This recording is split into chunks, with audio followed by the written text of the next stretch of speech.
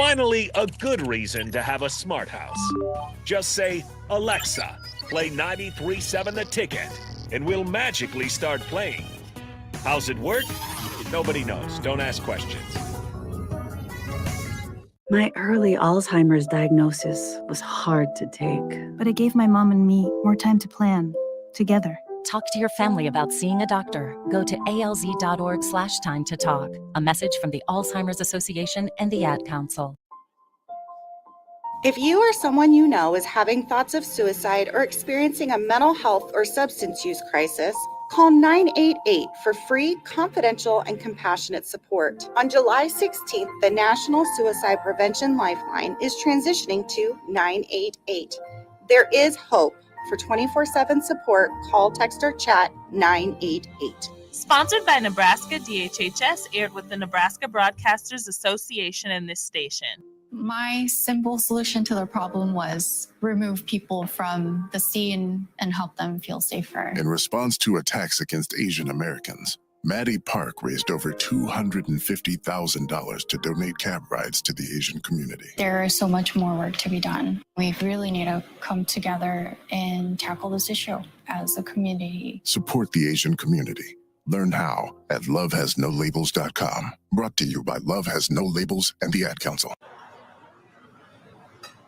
A smoke-free environment is the only way to fully protect from the dangers of secondhand smoke. That's why smoke-free policies are so important to me. Whether it's in my car, apartment building, or when I'm dining outdoors, there's no place for secondhand smoke or e-cigarette aerosol. Breathe easier knowing the facts. Visit smokefree.ne.gov. Paid for by Tobacco Free Nebraska. Aired with the Nebraska Broadcasters Association and this station. How was your drive to school?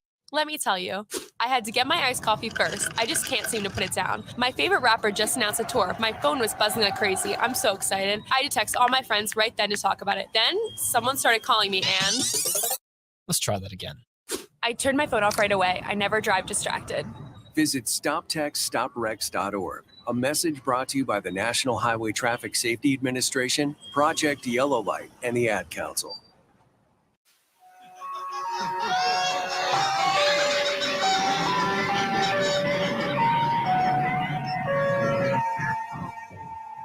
This is Sunday Rewind on 93.7 The Ticket and theticketfm.com. Now, here are your hosts, Tom Stevens and Mike Melby.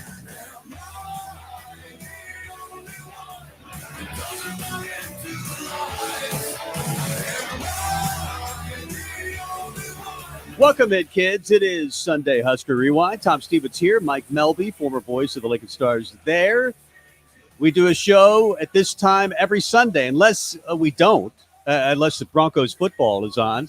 Broncos have the week off, so we are on. There'll be a few more weeks where Broncos take precedence over us, and then we move back to our 1 o'clock time slot. But we're back on from 5 until 7 tonight after a Husker loss to Minnesota at home on Saturday morning.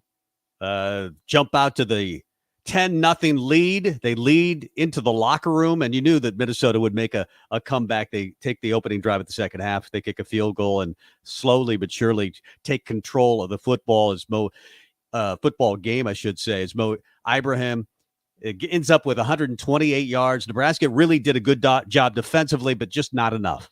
No, it wasn't. And you and I were talking a couple of minutes ago, and I said I actually enjoyed being pissed that we were in a game with a team we were a 2-touchdown dog to with a backup quarterback. Yeah, that felt like last late year. In the fourth quarter. That felt like last year, all of last year, 3-9, the best worst team in college football.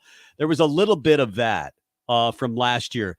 But I guess going into this game, you thought without Casey, there's really little hope that you can win this football game. Minnesota was, a 14.5-point, 15-point favorite.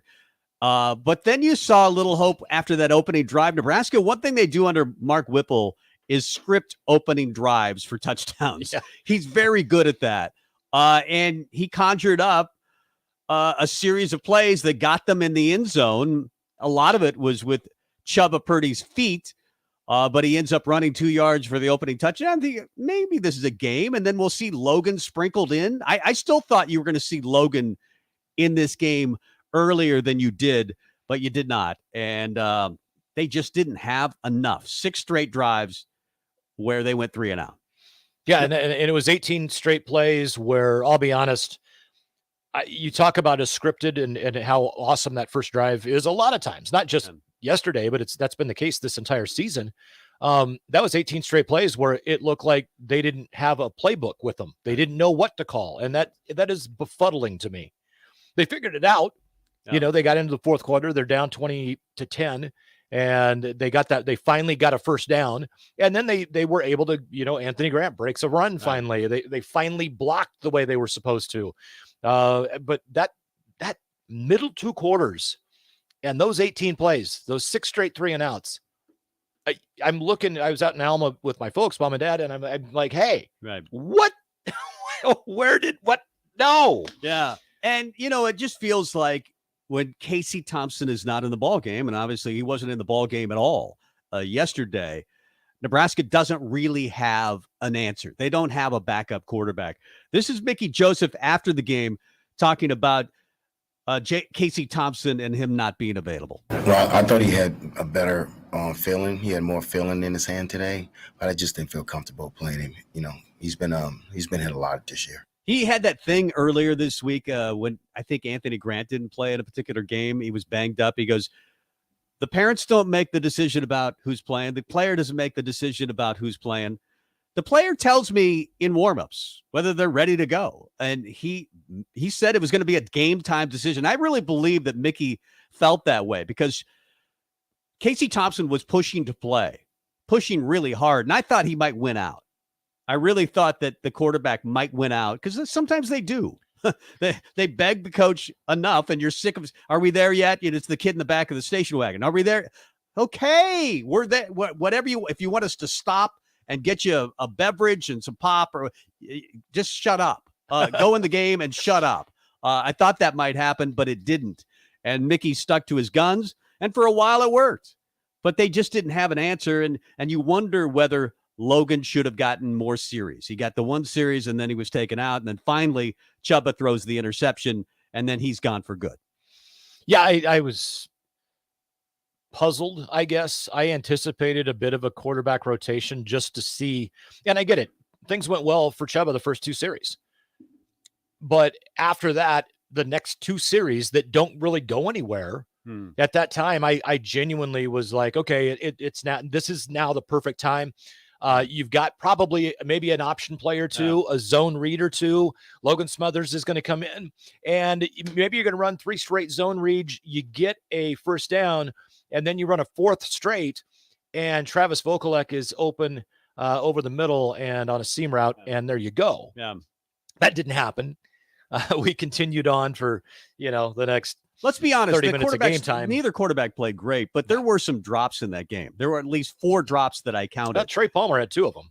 And that, whether it's the first or second string or third string quarterback, you got to help your quarterback out. And especially when it's the second and third string guy. Vokalek dropped a touchdown pass that probably was a little ill-advised in that it should have been thrown right away and that he waited. And it was almost picked off, but it got through. But it was hard to see with all the hands, and Vokalek didn't catch the ball. But this is Mickey Joseph talking about Chuba not performing at the highest level. Well, he's not seeing the coverage. He's not seeing, the progression that he needs to get to, the way he needs to get the ball to. We have kids running open, and he's got to find him. He's got to find him. He's got to hit him. One of the things that happens when you get nervous, and whether you're playing sports or anything, you don't see everything. You don't see everything. The more prepared sometimes you are, the better you perform, either on this show or in sports. You feel your comfort for a lot of athletes is in preparation. And he did play better, and a lot of that had to do with the fact that he got first-team reps this week. So he was a better quarterback, certainly, than he was when he had to come in versus Illinois. But Mickey's right. He's just not seeing the field very well.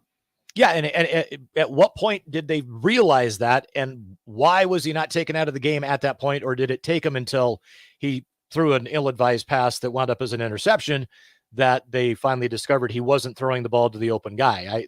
That comment puzzles me. Don't you think there might be a tug of war that Mickey probably doesn't want to get into with his offensive coordinator? I've wondered. Those conversations happen all the time.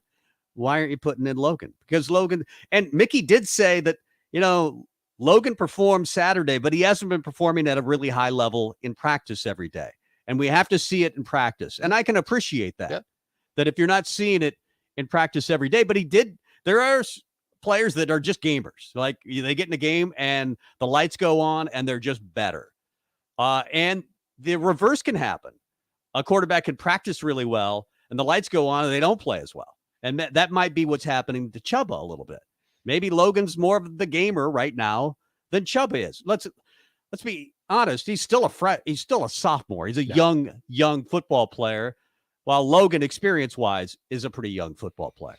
He is. He's been in the program 3 years. Granted, the offense took a turn this year from something that, he was brought in to run, and now this is an offense that he does not run or that doesn't suit his strengths. But at the same time, he has been here long enough, and he's been in this offense long enough now, spring ball all the way through.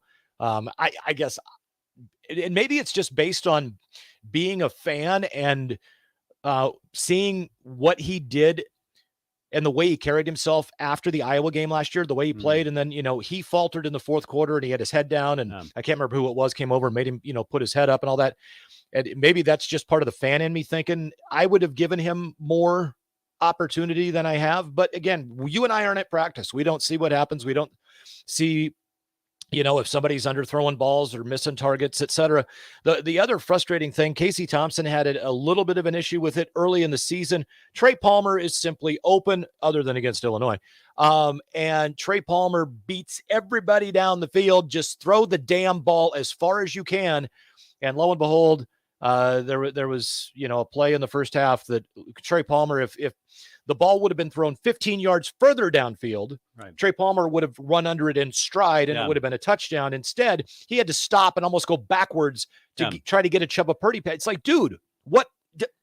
Again, I'm not out there. Nebraska ended up scoring throw on that the damn drive. ball as far as you can. Let him go get it. Right. And that was one of the things that a friend of mine said, well, because on the next play, Chubba ended up using his legs and he ran for like 12 or 15 yards. Yeah. And he did something that Casey doesn't do. I understand that not every quarterback's the same. His strength is really right now, as a redshirt freshman, by the way, he's not a sophomore. He's a redshirt freshman.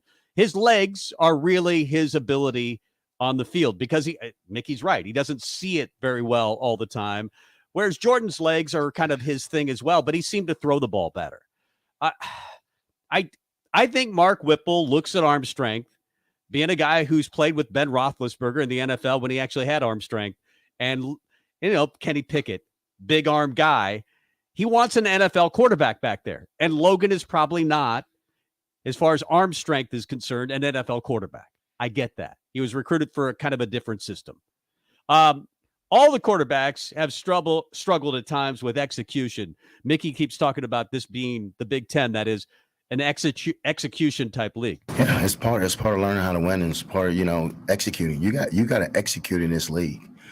And you saw the first half with the defense. The defense executed. The offense executed.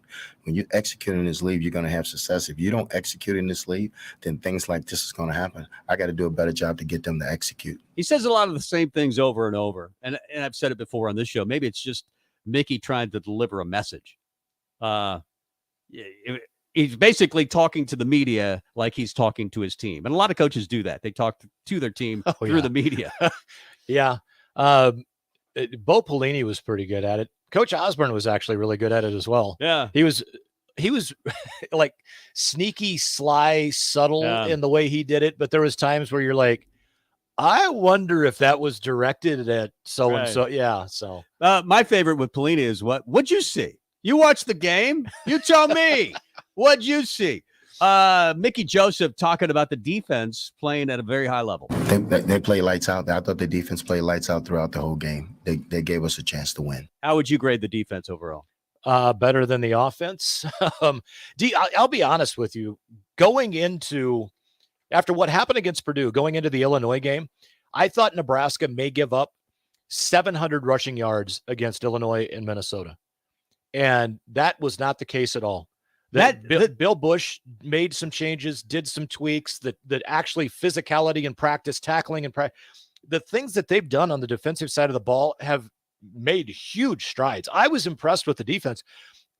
Mo Ibrahim, I'll be honest, he looked like outside of 2 or 3 plays, he looked like a guy that was a little frustrated. He had pissed. 18 yards in the first half. He ended up with 128, so he got going in the second half.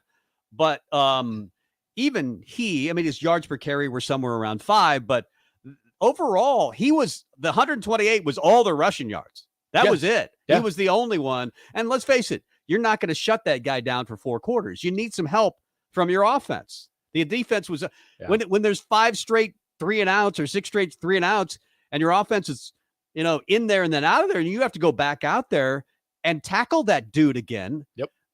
You got to be saying to the offense at some point, I don't want to go tackle him anymore. Please stay on the field a little longer. Yep. Get a first down, just one. I'm begging you.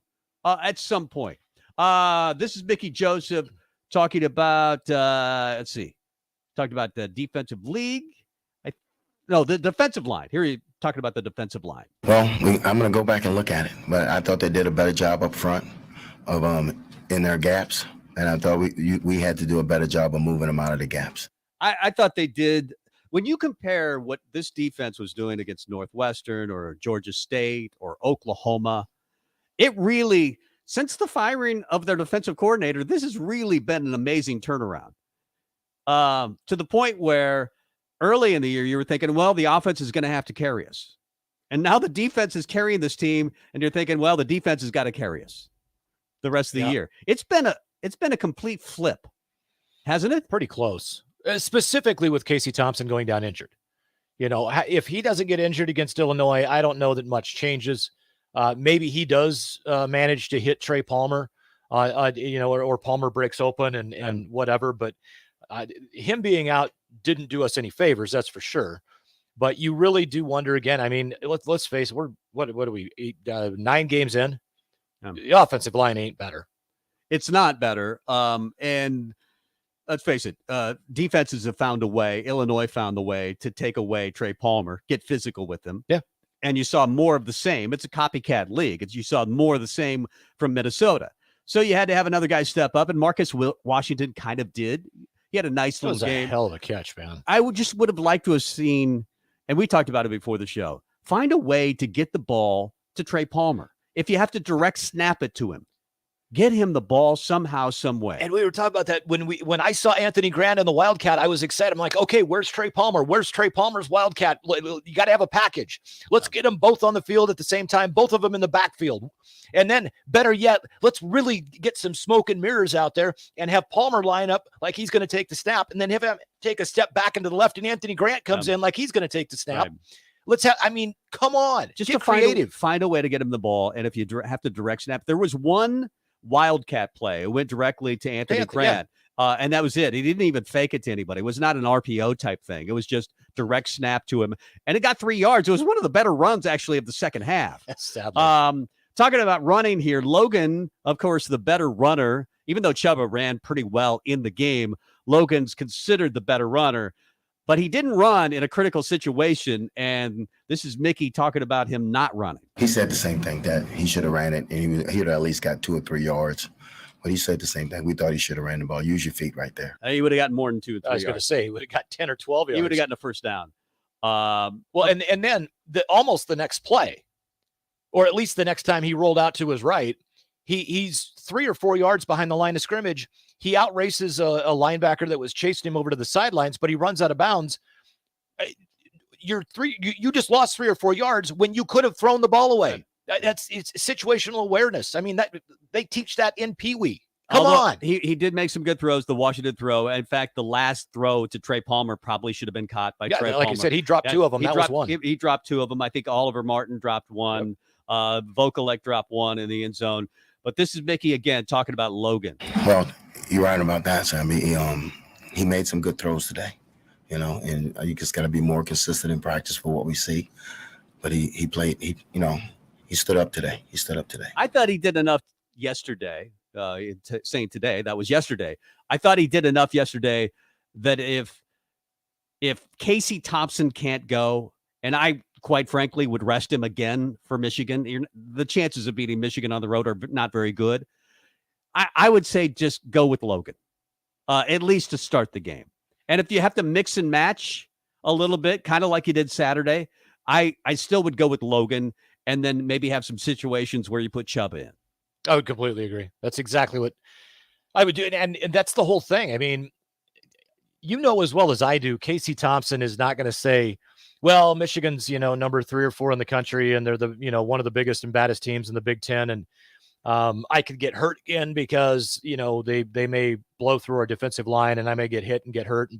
So I don't want to play. That's not a Casey Thompson comment. So I think if he has complete feeling in his arm and he is 100% healthy, or as healthy as he can be for, playing 8 games this year, I think he's going to play. Well, for Nebraska to make a bowl game, they have to win the last 3 games, and that would include beating Michigan in Ann Arbor, but the chances of that are not very good. One of the reasons that you heard that Nebraska was playing Chubba Purdy over Logan Smothers is his ability to throw the ball more down the field. This is Mickey talking about that. We figured we had to throw the ball down the field. And then when he wasn't seeing it, then figured we had to make a change. But you're right. In this league, you can't do that. You can't go, 6'3" and outs in this league. You can't do it because they'll eat the clock up. And they did. It's a copycat league. We're going to do our Big Ten Blitz next hour, and we're going to rank the teams. And I'm telling you, after 3, you could go 4 to 10, and they're all the same teams. Yeah. And sadly, Nebraska's not one of those teams, and realistically, they should be. Even with all the stuff that's gone on this year. Right. That's what's the most frustrating. Yeah. It's maybe they should be with a better offensive line. I mean, it just feels like if Teddy Prohaska were here, if Nurden Norwili were here. I'll give you Nurden Norwili, but with Teddy Prohaska, and I get it, he's a young kid, and he was coming off a horrible knee injury last year, but he was grading out as our worst lineman in the first 4 games or 3 games. So I get it. He's potentially the best lineman that we will have had here in a long time, but he was really struggling. I've got 2 more for you. First, I want to hear Mickey, because I don't think I've heard this one. Mickey Joseph talking about Trey Palmer's drop. Yes, he's got to grab that. He's got to squeeze in. Is a bang bang play. He's going to be a catch and a hit at the same time. He's been in those situations before. We expect him to catch those balls. I wonder how much of that was. I think he's talking about the final play. I think he's talking about over the middle. Oh yeah, you're right. He might be talking about that. Because he got T-Rex arms really quick. He knew he was going to get popped, but that's right. That's probably the one that he's talking about. I think some of it might have to do with the fact that teams are getting more physical with him, and he notices that. And also maybe a frustration with teams getting more physical with him. At the same time, I mean, this is a young man that I think you and I both know he's going to play on Sundays. Yeah. What do you think is going to happen there? You know what? I haven't even gotten to the starting gate. I apologize. It's all good. I was just rolling with it, man. I got right into the show. Everything that happened this week in the world of sports. Here's Mike Melby, related to Husker sports, of course. Mostly. On Monday, Auburn fired football coach Brian Harsin after just 21 games. He took over after they fired Gus Malzahn, who had gone 68-34 over 8 seasons. Harsin was under investigation by the university back in February after an inordinate number of players and staff left the program. Ultimately, they cleared Harsin of any wrongdoing, but it seemed pretty obvious back then that he was not going to be a good fit with the school, and he's no longer with them now. No. Steve Nash ousted as the head coach of the Brooklyn Nets on Tuesday in a mutual decision with GM Sean Marks. On Wednesday, the University of Kansas suspended men's basketball coach Bill Self and assistant Curtis Townsend for the first 4 games of the upcoming season as part of the fallout from the FBI investigation into college basketball corruption. Self-imposed recruiting restrictions. Complete slap on the wrist. It's like we have to punish you somehow.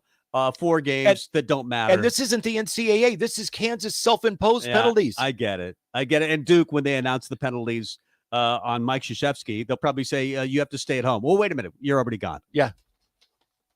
I'll tell you right now, I mean, I'm not advocating cheating, but you know what?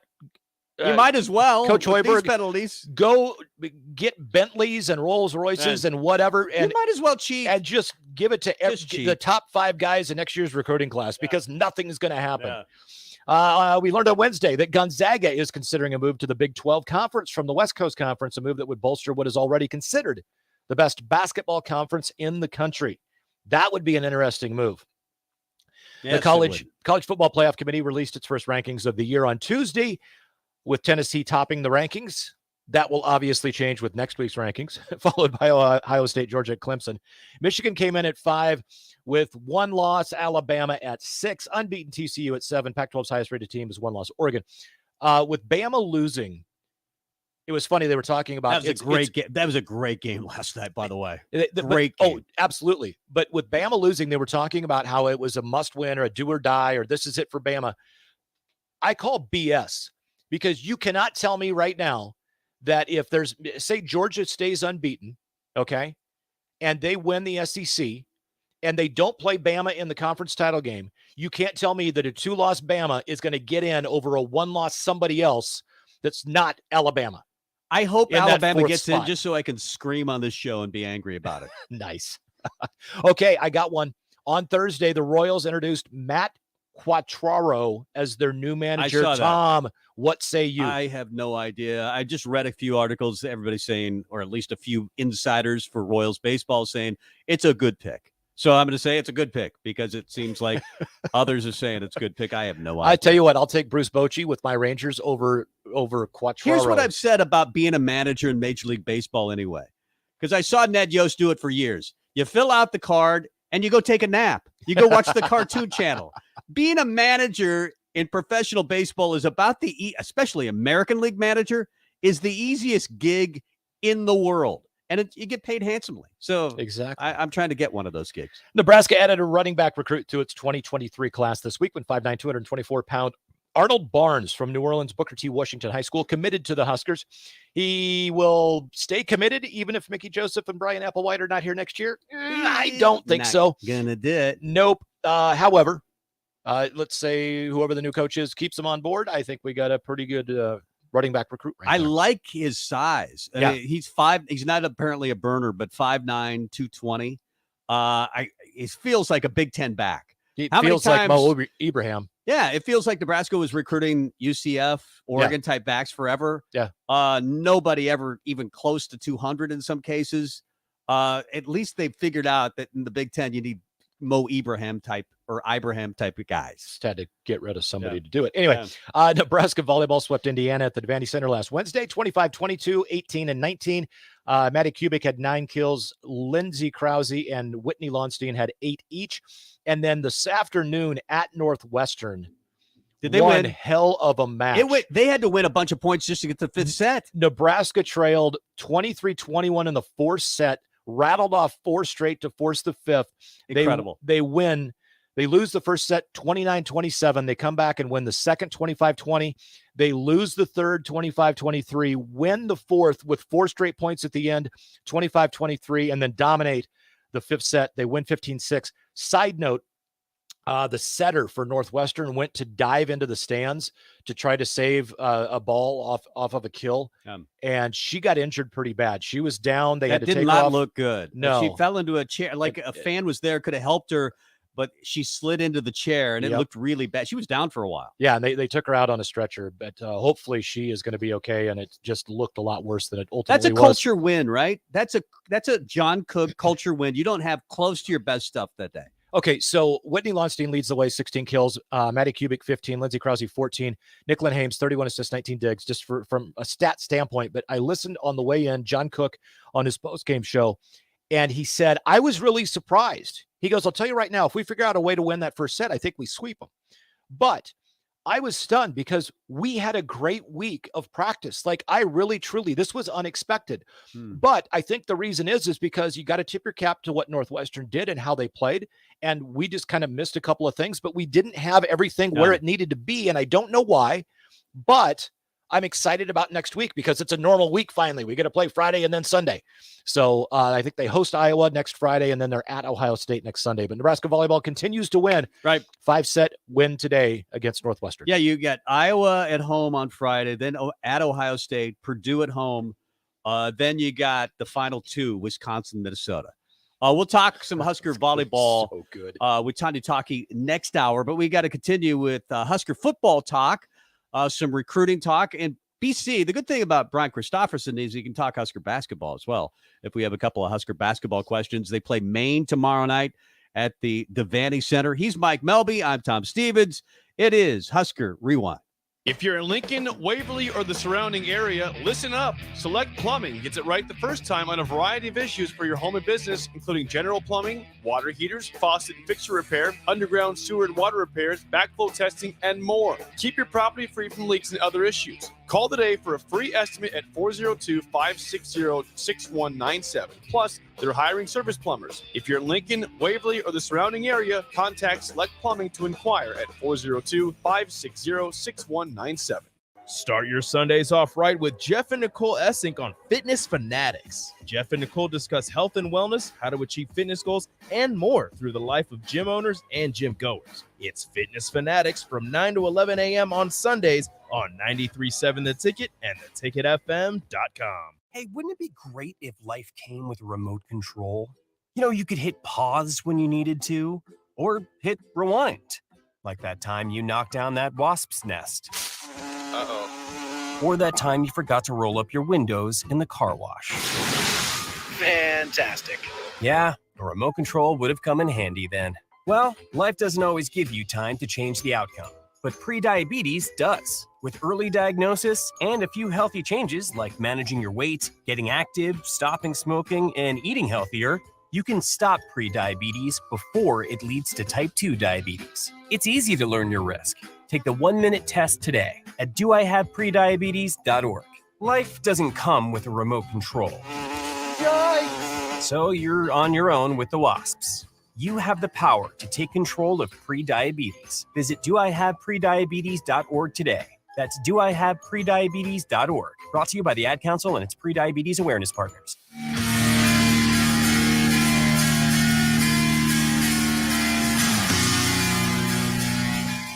I'm the master now. We're in the service. Rewind back to the Sunday Rewind with Tom and Mike on 93.7 The Ticket and theticketfm.com. Welcome back to the Husker Rewind. I'm Mike Melby. The legend Tom Stevens sits across from me. And we are very fortunate this afternoon to be joined by 24/7's Brian Christopherson. Brian, I'm going to actually sidestep the game because what we wrapped up the last segment with was an announcement about a new recruit for Nebraska, running back Arnold Barnes out of New Orleans. I kind of want to get your take on the commitment and then the thoughts behind whether or not he stays if perhaps Mickey and or Brian Applewhite are not here next year. Yeah, I mean, with any of the recruits, you have to wonder exactly what it means in specific cases if Mickey's not around. I think the Mickey connection with him in particular is very strong. So that would be one where you definitely would want his feedback if Mickey for some reason weren't around. But, you know, for now he is. And that it goes to show, I mean, this staff, you have to give them credit. They have really put their foot on the gas pedal as far as recruiting and not only holding together the class. There's only been one decommitment. That was Cameron Lenhart, who was really attached to Eric Chenander and Scott Frost. But other than that, they've kept everybody afloat so far. And they've added in a couple of cases with Malachi Coleman and Nat Barnes. He's a bigger back. He's got some thump to him, I think, if you watch his film and can get some extra yards. So I just give the staff credit for with the recruiting plan they've had. They're attacking like they are going to be around next year, and that's the only way you can operate in this business. You don't know what it's going to be like in 3 weeks or 4 weeks, but while you're on the job, you know, they're earning their paycheck going out and not just getting commitments, but you're seeing them offer a lot of junior college kids and linemen and stuff. And so Mickey and that staff's really thinking about, like, what is this team missing?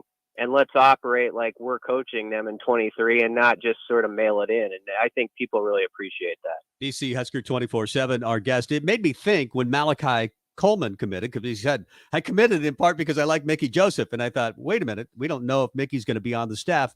Maybe Malachi knows something that we don't. Do you think that's possible? Well, I think there's an understanding with all the recruits that Mickey, there's a very good likelihood Mickey can be here if Mickey wants to be here, you know, and that might not be the head coach, but I have to think a coach would really want him aboard. Obviously, every head coach makes their own decision on staffing, and they got to do it that way.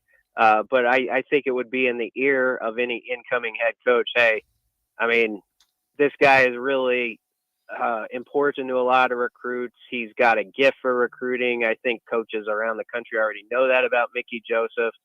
And so I'd be kind of surprised if an incoming head coach, if it's not Mickey, wouldn't want him on the staff. I kind of think it would be a poor move. And obviously Mickey will probably have options on the table for himself too. So it kind of comes down to what Mickey wants to do, with probably a few different choices that are in front of him. But I think the recruits believe that Nebraska wants Mickey in some capacity. And also, I think Mickey and the staff, they've said this, they've told those guys, you're committing to a university as much as anything. This is a business and coaches come and go, but you got to really love the program and the place that you're going to go spend your college years and what it's about. And so I think a lot of these guys who are committed have kind of factored in that big picture that big picture thing, and realize that, the coaches will change, and that's the way this business operates, but I got to like the place I'm going to most of all. And BC from Husker 24/7 joining us here on the Husker Rewind on 93.7 The Ticket. The one thing, the speculation earlier this week or a couple of weeks ago, is that possibly Arizona State may have kind of behind the scenes reached out to Mickey, et cetera. So there's always going to be some scuttlebutt and some rumors and this and that and the other thing. But the way that he has handled the position, for the most part, I guess I've been impressed with. How about you? Yeah, I think he's done a good job. Now,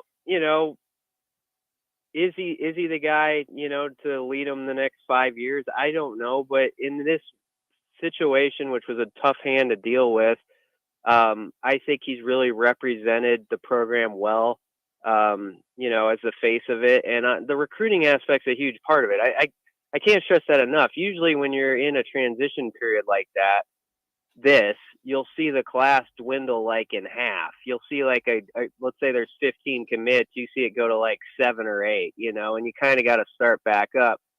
That's not the end of the world. That's what happens, but I think it says a lot about Joseph and sort of his appeal, that they've been able to avoid that. And I think you'd have to say, when you hear players in the locker room talk about the way he handles himself, he's a no-nonsense guy. He does hold them accountable, but he's a guy they really want to win for and play for. So I think all those things you have to like. Whatever Trev Alberts decides, I tend to think, having watched Trev Alberts and sort of what he says, that he's looking at more than just simple wins and losses of what Mickey's putting together on that front right now. I mean, obviously, it would have been really nice to have won that game yesterday. If Mickey had won the last 2 weeks, you can only imagine sort of the fervor around here there would be for Mickey Joseph. But I do think Trev Alberts is not going to be somebody who makes a knee-jerk decision based off what happens to Mickey on a given Saturday with his team, or anybody else for that matter. Like when Lance Leipold had a little skid for a couple games, I don't think that necessarily is like, well, we're not interested in that guy anymore. So I just tend to believe this is a deeper search than sort of, I think the fans and media sometimes it's like, well, that's it for that guy. He lost this week, or this guy won this week. He's up, this guy's down. I don't think that's how they're looking at it over there. So I don't know which way it's going to swing, where the weather vane's going to point. But I do think Mickey has a lot of attractive qualities that have made the decision at least hard on him, and that was his goal. BC, Tom and I take this coaching search very seriously, and we eliminate guys when they lose. If they win next week, they're back in. We do a little segment on it every week. It is all over the board, and it's the way we like doing it because it's not serious at all. I want to ask you a question about the game yesterday. Did you expect Nebraska to have the ball with a chance to tie the game and send it to overtime, or did you expect it to probably be more in the range of the point spread and Minnesota pulling away? I think I picked 29-17 as my prediction, Minnesota. So, I mean, I guess you'd say I kind of expected Minnesota would have a handle on it in the last few minutes. I thought it would be kind of hard fought, but I get your point. Like it's easy now after the fact because they had that 10-0 lead, and the way it kind of transpired to be like, well, they really screwed that up. I think that you kind of felt like there was a lost opportunity there because it looked so good for 30 minutes of football. But yeah, going into it, I did think it was kind of a tall mountain for them. And honest to goodness, the worst play of the game for Nebraska, and I hope Tanner Morgan's okay, but it turned out to be the best play for Minnesota in that particular game as far as strategy goes, was when Robinson hits Morgan at the end of the first half, knocked him out of the game. And I think the backup QB's mobility presented a curveball that was very difficult for Nebraska. And, a couple pass plays were really kind of fortunate pass plays. One where the ball hangs up and you just get out positioned for it. Another where your cornerback trips on his own feet. But all that stuff I think kind of fed momentum. And then once Mo Ibrahim sensed that, you saw like, okay, he's a big time back. Like he was just hungry. Like he could tell like the other side's going 3 and out, 6 possessions in a row. Okay, I'm going to be a bowling ball and I'm going to knock some pins over, and it's 3 yards are going to turn to 6 yards and so on. And that's what happened. And, my criticism is maybe it's the low hanging fruit, but I would honest to goodness say that I was saying this in the press box. I think you got to go to Logan Smothers earlier. I don't know if it would have been the difference or not, but Chuba, the last couple of weeks, just when we've seen him, I just have not felt like he's comfortable out there. And after they got out of the scripted plays, it was pretty obvious to me, by the time we were almost at halftime, it's like I think I'd go with my my running quarterback who's kind of responded when he's been called on, and Logan Smothers, and see what happened. BC Husker 24/7, our guest. That definitely felt like a game to me. Maybe even in Illinois to a certain extent. If Casey would have been healthy for the entire game, that you win that game. But you do question Smothers or Purdy. For Michigan, do you think they've had a change of heart after listening to the post-game press conference with Mickey Joseph? He said, it was a mutual decision between him and Mark Whipple. You wonder about that. But should Logan be the starter this week if Casey can't go? I mean, that's my opinion, but I'll be honest, Tom. I mean, this is a game. I don't think I'm alone in this. You kind of want to duck behind the couch a little bit. Yeah. I mean, I really have that feeling about this one this week, and it's really, the inside their walls, they can't say this, but outside the walls, when you look at the matchup and where Nebraska is vulnerable and weak, and especially with what that offense looks like right now, it's hard to imagine that being a pretty scene up in Ann Arbor. So I would want a guy who is a threat with his feet, and I would Nebraska's only shot in the dark here to me is you got to somehow, against odds, kind of get a run game going and chew on that clock a little bit, get yourself into some 3rd and 4s and 3rd and 5s, and you've got to convert them at a high clip. And right now, from what we've seen, I'm not saying they got a great option, but of the 2 options, I think Smothers has looked a little bit more confident. And I mean, you can go back to last year, guys, when Smothers was put in the Iowa game. I know it went south for Nebraska in the 4th quarter, but he operated what he was asked to do pretty well. And I'll tell you what, yesterday, he engineered that throw to Marcus Washington was not the easiest throw, and Washington made a great catch, but it was a good enough ball by Logan. And then, frankly, Trey Palmer catches that pass 9 out of 10 times, and Nebraska's on the 32-yard line, with a minute 15 left if that ball's caught. So I think you'd have to say for what had limited action yesterday, but he was pretty effective for the most part. Even the first series when he was out there in the 3rd quarter, Oliver Martin dropped a pass on him, and that's a first down. And so that was a 3 and out that shouldn't have been a 3 and out. So I would lean toward Logan. Yeah, it feels like you're not going to win the Michigan game. Even if you've got a healthy Casey Thompson, you're not going to win that game. Greg Schiano said they played pretty well, Rutgers, and they got killed. against Michigan. So you don't figure that they're going to get to a bowl game and they would have to win the Michigan game and all three of the rest of their games. So what can we learn about this team, BC, these next 3 games, if it's not getting to a bowl game?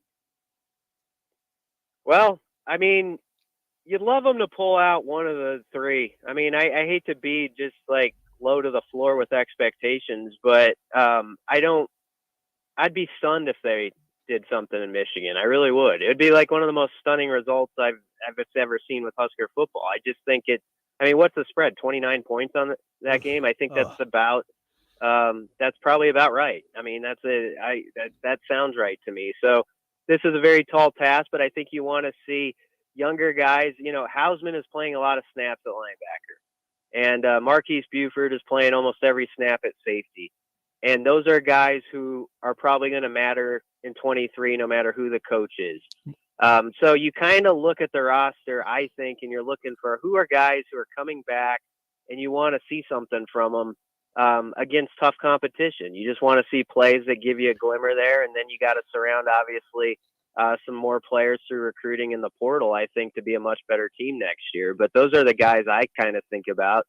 And then you'd love to see them, against the Wisconsin or Iowa, when maybe it's a little bit more of a fair fight, even if they're the underdog, you stand in there for 4 quarters and maybe you pull one of those out. Well, and Malcolm Hartzog is another young man in the secondary that I'm also with what you said. I want to see what he does.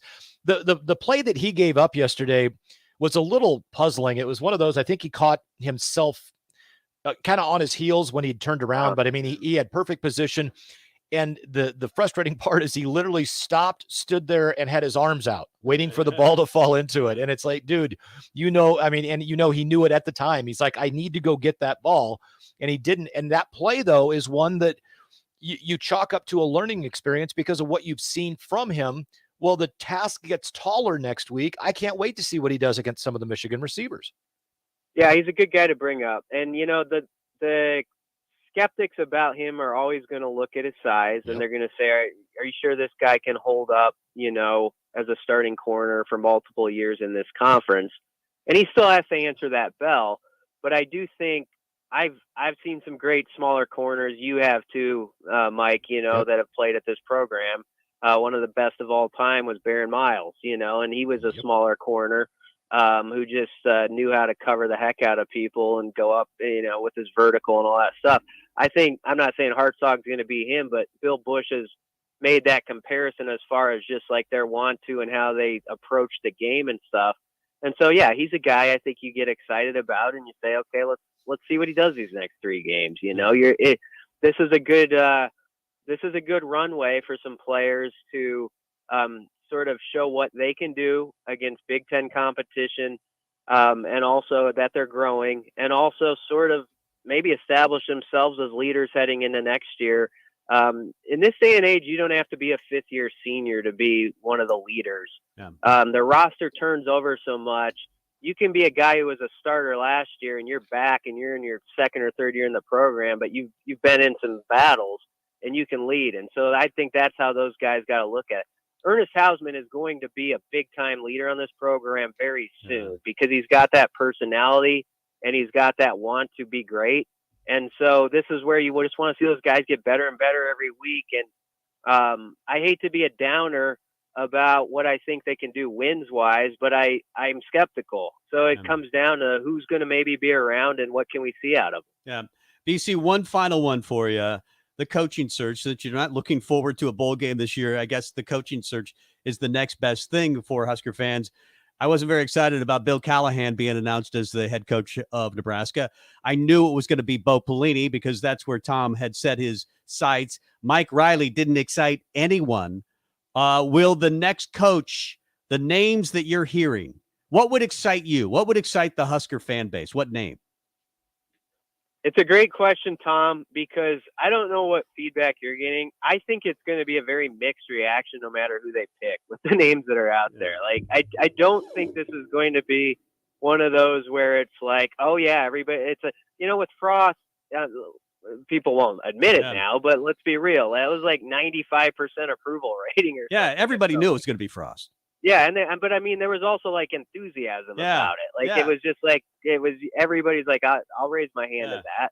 And I just think right now, I think there's a lot of people who love Mickey, but they also are like, I don't know, he hasn't been head coach, and I think they were kind of hoping he was going to go on kind of a magical run where you get to 6 wins, and it's sort of like, well, you got to do that, right? And that's not going to happen. So that makes it a tough one. I think, legitimate names. I think the Matt Rule conversation is interesting to me just because of what he did at Temple and Baylor. And I know we could have an hour-long conversation about if maybe things were set up pretty well for a guy in both those jobs to sort of make a run and build something up. But I don't really care what he did in the NFL. I think he's a pretty good college coach. I think some guys find out quickly the college game is my game, and I think that's how it's going to be with Rule. But, he's a guy who's going to have options too, so it's not like he has to jump this year for anything if he doesn't want to. What's he got, 42 million reasons to not worry about it? No, he's getting a big buyout. Big buyout. Exactly. Yeah. And then beyond that, Bill Bryant's name we've heard for the long time. He has a connection with Trev, and I have not discounted that one either throughout it. I know, but whenever he comes up on our message board or something, it's a pretty mixed reaction to it. So Lance Leipold, I think there'd be some excitement with maybe his, the win yesterday sparked that up again, and they're at 6. But I think the short answer to it is we could name 4 or 5 of those guys like that. And if it's somebody like that, I think it's going to be sort of maybe, but I think that's the way that's going to be. And that's maybe good though. That's all right. We're not getting Urban Meyer. We're not getting Urban Meyer. It's not going to happen. Don't say that. Well, I'm just going to say it. It's not going to happen. Do you have a score prediction for Nebraska versus Maine tomorrow night? Okay. I thought you were going to say Nebraska, Michigan. No, that was a curveball. That was a Tom Stevens curveball. No, I don't want a score prediction on Nebraska versus Michigan. Nobody does. I'll just get down. I don't want to come that far down. Nebraska. I've done a lot of scouting on Maine, so this is going to be a pretty deep dive here. There you go. So I'll say Nebraska wins it 76-58 over Maine, which that beats what the game against Western Illinois was last year. That's right. So remember that one. That was bad. That was really sad. BC, thanks for the time. It feels like we could go another hour. Good stuff. We appreciate it. Thanks, guys. Thanks, BC. BC Husker 24/7. Could talk to him, but we are way past break time. Got to get to break and come back. At the top of the hour, we're going to talk Big Ten Blitz, but we got to do our grades. Yep. My grades are fairly high in some areas and fairly low in the other areas. so I can't imagine which one is which. It's Husker Rewind. He's Mike Melby. I'm Tom Stevens, back with more after this. For all of your concrete needs, call Kramer Concrete at 402-560-0670. Do you have a cracked driveway or sidewalk? Are you in need of an egress window or an awesome-looking new patio with stamped concrete? If so, call Tim Kramer at 402-560-0670 to get a free estimate. With over 20 years of experience, the Kramer Concrete staff specializes in concrete replacement, egress windows, and concrete patio design. Kramer Concrete is the low-cost solution to all of your concrete problems. Call Tim today at 402-560-0670. 93.7 The Ticket is proud to provide listeners with daily opportunities to win contests and prizes on our airwaves, and would like to take this opportunity to remind you of a couple rules. All participants must be 21 or older and wait 30 days after winning a prize before participating in another contest. Once you win, you have 30 days to pick up your prize at the KNTK Studios, 330 North 48th Street in Lincoln, or your prize will be forfeited. Thank you for participating in our contest, and thank you for listening to 93.7 The Ticket. If you came across someone struggling with hunger, how would you recognize them? By their clothes, their age, the way they speak. Hunger can be hard to recognize. Learn why at IamHungerInAmerica.org. Brought to you by Feeding America, 200 Food Banks Strong, and the Ad Council. Victor deployed for the first time to Afghanistan in 2003. At 4 a.m, my phone rang. They said, "I regret to inform you that your husband was wounded in action." Victor sustained a moderate traumatic brain injury. I was doing school full-time, and I was also then caring for Victor. One of the most important elements of caregiving is taking care of yourself. I just didn't want to forget that I also had goals and that I also had a life. What I did is I challenged Victor to meet me halfway. There are almost 6 million military and veteran caregivers across the nation. We have our own journey, and we can fulfill that journey at the same time that we are helping our loved one. Visit aarp.org/caregiving for a free military veterans guide to navigate your caregiving journey and better care for your loved one and yourself. Brought to you by AARP and the Ad Council. This is the Sunday Rewind on 93.7 The Ticket and theticketfm.com.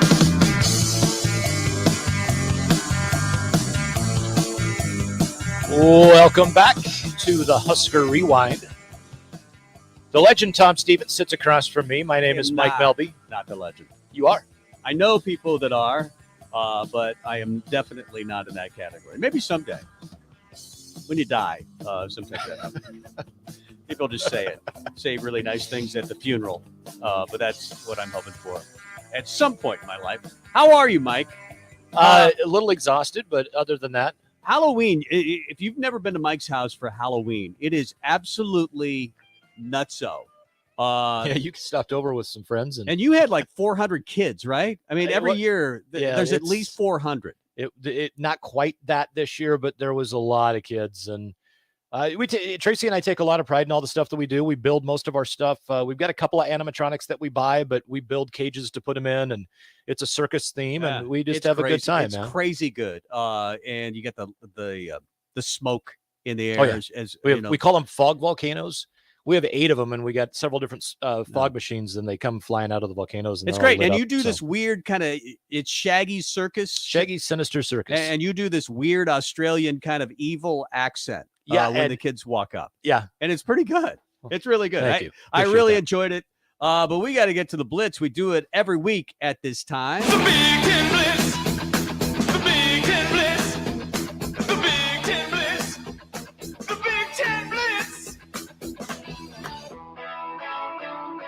We were supposed to do the grades, but it is, I switched it around. It is Big Ten Blitz. Is that okay if we go Blitz first? Yeah. I'd switch around the Blitz with the grades. I'm always doing something in the show that mixes you up and It's mixes all me good. up as well. all So good. it works out great. Ohio State, I'll take it here. Ohio State versus Northwestern. Oh, this was an ugly football game. Ohio State wins it to go to 9-0. 21-7. Northwestern actually outgained Ohio State in this game. C.J. Stroud, 10 of 26 for 76 yards. Myron Williamson had 26 carries for 111 yards, 2 TDs. Stroud had 79 yards rushing. It was a rain-soaked afternoon, and Northwestern was in it for quite a while. They ran for 206 yards, but they only averaged 3.5 yards a carry. Ohio State wins it, and they move on after a 21-7 win. Yeah, high wins there as well. And I think, just about every Heisman winner has an average game. But for CJ Stroud, who I think was probably right near the top of everybody's Heisman list, this wasn't just an average game. This was not a good game. I get the weather was bad, but man, 10 of 26. He did run for 79, but may have taken a bit of a thump there on the Heisman candidacy. It'll be interesting. You wonder sometimes, you got to show up and play, even against Northwestern. Their only win, I get it, is against Nebraska. They're 1-8.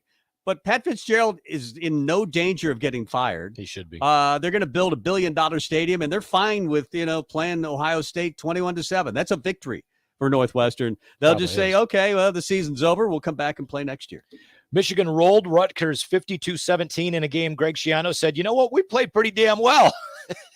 It was only 52-17. He's actually said that. Yeah. I was stunned to see him say that, but I thought it was actually fairly close for a while. It was like 7-7 after Rutgers blocked a punt and scored a touchdown, and Gavin Wimsatt came in at quarterback. Noah Vedral wasn't there, so they're down to their last quarterback, it looks like.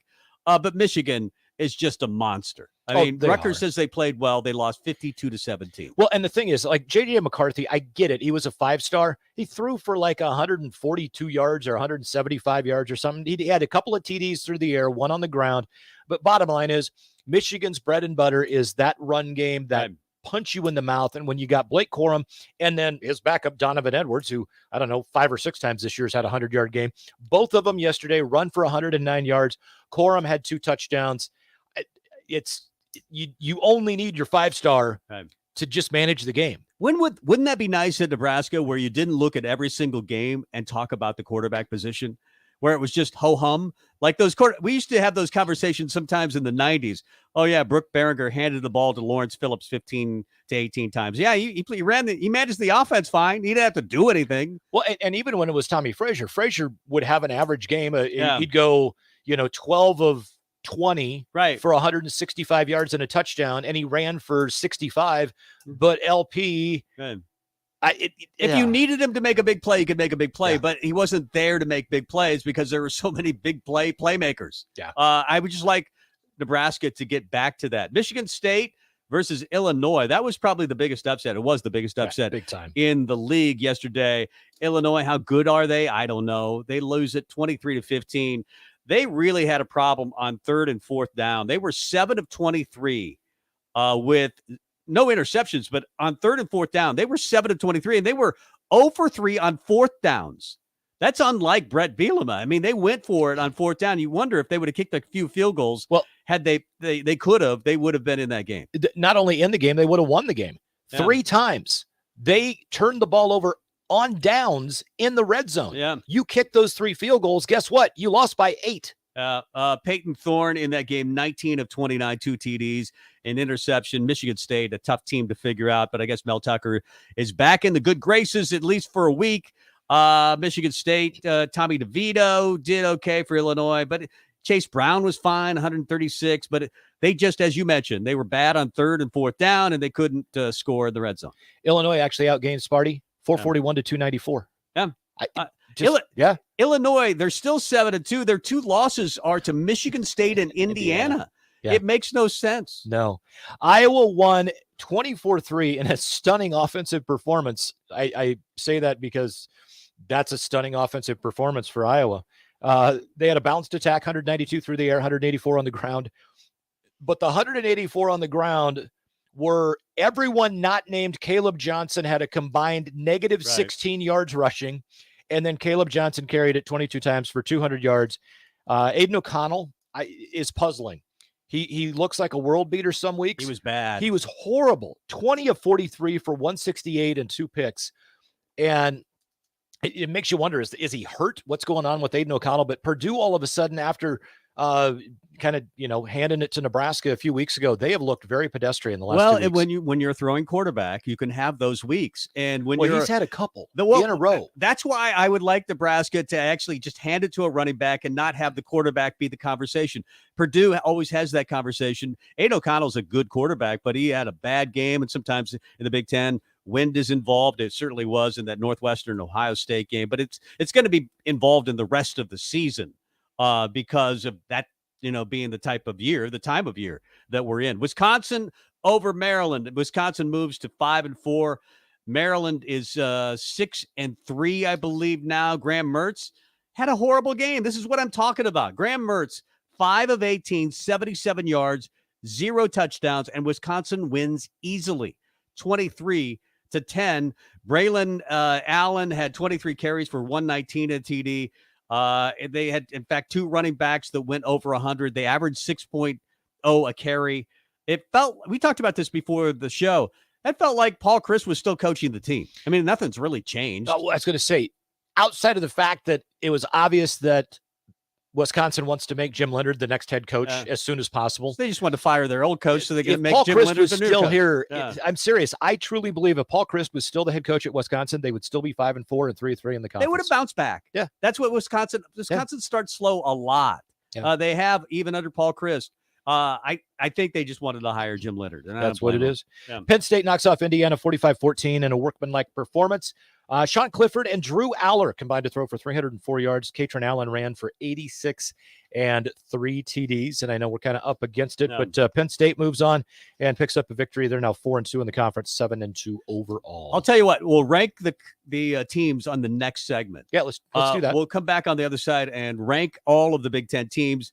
We'll get into our coaching carousel next hour. We've got to do our grades. We've got Tanya Taki to talk to about Husker volleyball. Really good match today. And you thought that would be 10 minutes and it would be over. It wasn't against Northwestern today, but the Huskers survived. So we'll talk some Husker volleyball as well. It's all coming up. He's Mike Melby. I'm Tom Stevens. It's Husker Rewind. Hi, Sean Callahan here for Koppel Chevrolet GMC, and things are rocking in Louisville. We've got transport showing up every day with loads of new inventory, lots of new trucks, SUVs, and crossovers. Our pre-owned inventory is also filling up fast. Our GMC Terrain inventory is really filling up fast, so we're putting special pricing on those right now. This is the time to check out our GMC Terrains, as we've got all models with a great selection of colors at a discounted price. So please stop in or check them out online at koppelcars.com. You'll be glad you did. Okay, kids, Dad's gonna teach you how to dance. First, spread your feet apart. Then, pump your knee, nod your head, shake your hips, and bite your lip ever so slightly. Now, with one hand in the air, point at people with the other hand. I call that the rock star. Dance like a dad. It's a great way to make a moment with your kids. Now, make a face like it just smells something bad. Visit fatherhood.gov. Brought to you by the U.S. Department of Health and Human Services and the Ad Council. Papa, why can't we telegraph while riding a horse? Son, there ain't no one to blame but Jeffro. He was riding old Betsy the Stallion, tip-tapping away at his telegraph, when blam, ran right into the side of the saloon. Well, if Jeffro can't do it, neither should you. Don't text and drive. Visit StopTextStopWrecks.org. A message brought to you by the National Highway Traffic Safety Administration, Project Yellow Light, and the Ad Council. My name is Rebecca. I struggled with depression for years. I also smoked. That was my world. Finally, I realized that smoking wasn't helping me. It was making my life worse. So I took control and I quit. Now I'm able to run again and take walks with my grandkids. My tip is there's another world out there, and it's a beautiful place to be. Call the Nebraska Tobacco Quit Line, 1-800-QUIT-NOW, 1-800-784-8669. Paid for by Tobacco Free Nebraska. Aired with the Nebraska Broadcasters Association and this station. What I know about courage, I learned from my adoptive mom. She said sometimes you just gotta hold on and know we'll get through this. Mom, we are so high up.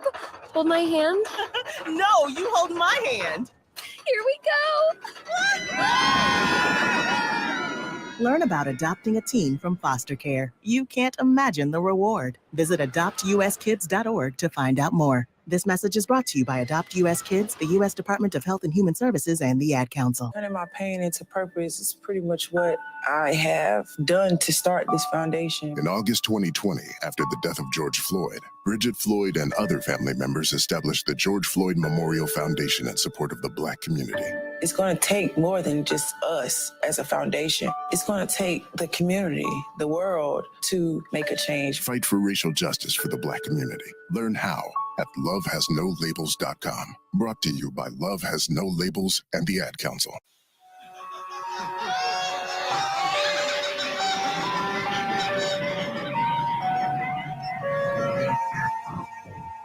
This is Sunday Rewind on 93.7 The Ticket and theticketfm.com.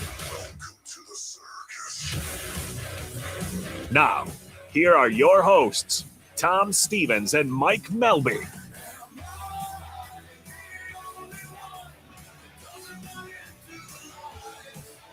Welcome back. It is Sunday Husker Rewind. He's Mike Melby. I'm Tom Stevens. Having a good time in the studio. My Vikings are now 7-1 in the NFL, baby. Another win today. 20-17. The Vikings pulled it off. It was a close game throughout, but the Vikings able to beat the Commanders. I just can't get used to calling them the Commanders. I even like the Washington football team better, but they do beat the Commanders, who had won 3 in a row on the road. And the Vikings situational football, they were down at the 4-yard line. There was like 2.5 minutes left. And the Vikings kicked a field goal to make it 20-17. I'm sorry, this is Viking talk. Bear with me. They make it 20-17. Mike Schaefer is listening in, trust me. And then Washington commits a personal foul running into the center on the kick. The Vikings take the penalty. They basically give it to Dalvin, who runs around 3 times. They kick the field goal, and Washington had no time when they got it back. But my Vikings are now 7-1. I don't believe in it, so I shouldn't be saying it out loud. I don't think this is a team that's going to win the NFC or go to the Super Bowl. But I'm happy for now. The Vikings aren't terrible. Well, that is a plus. I like that. Now, my Cowboys did have a bye this week, but the thing with my Cowboys that I know, I don't care how good the regular season is, they could go 17-0. They're going to lose the first game they play in the playoffs. Before we get to the grades, let's go through. We usually do it in our Big Ten Blitz, but we're running up against the clock. We rank all the teams in the Big Ten. This one's an easy one. The only win for Northwestern is against Nebraska in Ireland, and they haven't won a game since. They're now 1-8. Although they did play Ohio State well this week, they are at Minnesota. I'm assuming that you also have Northwestern at 14. You know who I have at 14, Tom? You're going to surprise me. Nope, I have Northwestern. Okay, there you go. Sorry, I'm just trying to be suspenseful. Indiana is about to fire their coach. They've lost 5 in a row, I believe. Indiana started 3-0, but now they're 3-6. Or they started, I think they started. No, they started 3-0. Yeah, they started 3-0, but they're at Ohio State. They're going to lose again. They're 1-5 in the league. I'm pretty much sure that Tom Allen will be dismissed after this year, having had 2 now seasons in a row that aren't good. No, and I have them at 13 as well. I would co-13 them and Northwestern just because I think Indiana's fallen that far. And then Northwestern seemed to take a tiny step up, but still, I've got them at 13. You know, when you look at the rankings, the first 3 teams in the league are the same. The three best teams, maybe the first 2 teams in the league are the same, and the third one's kind of the same. Then the 4 through 10 are all the same. And 11 through 14 are all the same. Yep. In a bad way. In a really bad way. At number 12, I've got Rutgers. They're 4-5. No lie. Greg Schiano said they played well. They got beat 52-17 to Michigan. And he said they played pretty well. That's what Nebraska is up against. The press conference after the game, Brock Bando, he goes, well, we'll just have to keep playing. Who do we play next? Oh, Michigan. Crud. He forgot that Nebraska was playing Michigan, and he basically literally said damn as he thought about it. But Rutgers had a tough task. Nebraska has a tough task. But Rutgers this week gets to go to Michigan State, so they'll probably win, even though Michigan State's coming off a win. And I think that actually that's a great call. I might, if I had a dime, I might put a dime on that game. Yeah. So at number 11, I've got Nebraska. They had the chance for an upset. Boy, they had that thing in hand. If they would have done anything, one more touchdown. I told you, if they get to 17, they get to 17-0, that game's over. Yep. Maybe even 14-0. If Vokalek catches that ball, that game might have been over. The momentum just would have shifted so dramatically. The fact that Nebraska had to kick a field goal and didn't get the touchdown, and the fact that they also went 6 consecutive, whatever it was, 3 and outs, didn't help them. I've got Nebraska at number 11. I do as well. 2-4, 3-6. I hope they manage to win one of the last 2. I don't think they have a shot at Michigan. I don't think anybody thinks they do. And I can tell you right now, Mickey Joseph is probably going to make sure his team knows that no one thinks we have a shot to try to motivate him and pull off a stunner. I'll tell you right now, he's one coach that I would believe in that could figure out a way to do what would need to be done to pull the upset. But Huskers at 11 right now. And like you said, those bottom 4 outside of, I would say the bottom 2 and the bottom 2. So Nebraska and Rutgers are pretty similar, and then Indiana and Northwestern pretty similar. But I know that game's going to be televised on ABC 2:30. They just announced that earlier, I believe yesterday or whenever they announced it. Nebraska 2:30 against Michigan, and on ABC. I'd be almost tempted if it weren't on ABC to just play the third string and try to get ready for Wisconsin. I mean, get everybody healthy, because you're not going to win that game. I know you can't say that out loud in the locker room, but you're not going to beat Michigan. And they are brutal. They're like every other team in the West, except for they do it 10 times better. They are really good at what they do. In fact, I think they might be. We'll tell you how high they are ranked in my poll. Where do you have Nebraska? So Nebraska's 11. Michigan State. I have Michigan State 4-5. I can't figure that team out, but that is a big win that they had yesterday. But they host Rutgers. So their last 2 games, they're going to make a bowl game. They host Rutgers this week, then they have Indiana. Yep. So Michigan State, I have a 10. I think they're going to make a bowl game. Oh, I do too. I don't have a 10th or a 9th or an 8th or a 7th or a 6th ranked team. Well, I asked you to do that. Why is that not? Because the case. My 5th, 6th, 7th, 8th, 9th, and 10th ranked teams are all the same. They're all the same team. There's just there's 6 different names to that team. Yeah, I agree. I mean, You can throw these names in. Remember, there was a time where we said Purdue is definitely the best team in the West. Oh, early in the season, and then despite the Penn State game, Minnesota is definitely the best team in the West. Down. Oh, wait, they lost 3 in a row. Iowa has the best defense in the West. They're probably going to. I mean, there are people that have said that as well. They're all the same team, especially in the West. Yeah. At number 9, I've got Purdue. That was a bad loss. They were dominated 24-3 by Iowa. That was an offensive explosion at 375 yards for Iowa. Yeah. And now Kirk may not have to fire his son. That'll be a better Thanksgiving and Christmas around the house. He may not have to fire his son. Maybe he'll just step down. But I've got Purdue now at 5-4. They're at Illinois next week. That'll be an interesting game. Can I guess who you have at 8? I have Maryland at 8. I was going to guess Maryland. Wisconsin dominated Maryland. Maryland looked to be a team making a move, and maybe they still will. There was a block punt, I believe, for a touchdown for Wisconsin, 24-3. It looked like a Wisconsin game. Mertz did nothing through the air. Wisconsin ran all over Maryland. In an interesting game for Maryland next week at 6-3, they have to go to Penn State. Now, at 7, do you have Wisconsin? I have Minnesota. Okay, I didn't know which way you would go there. I have Minnesota. Again, I would say that the same team as Wisconsin, but you have to have somebody at 7, 6, and 5. I have Minnesota there. It was a nice comeback win. Nebraska should have won that game.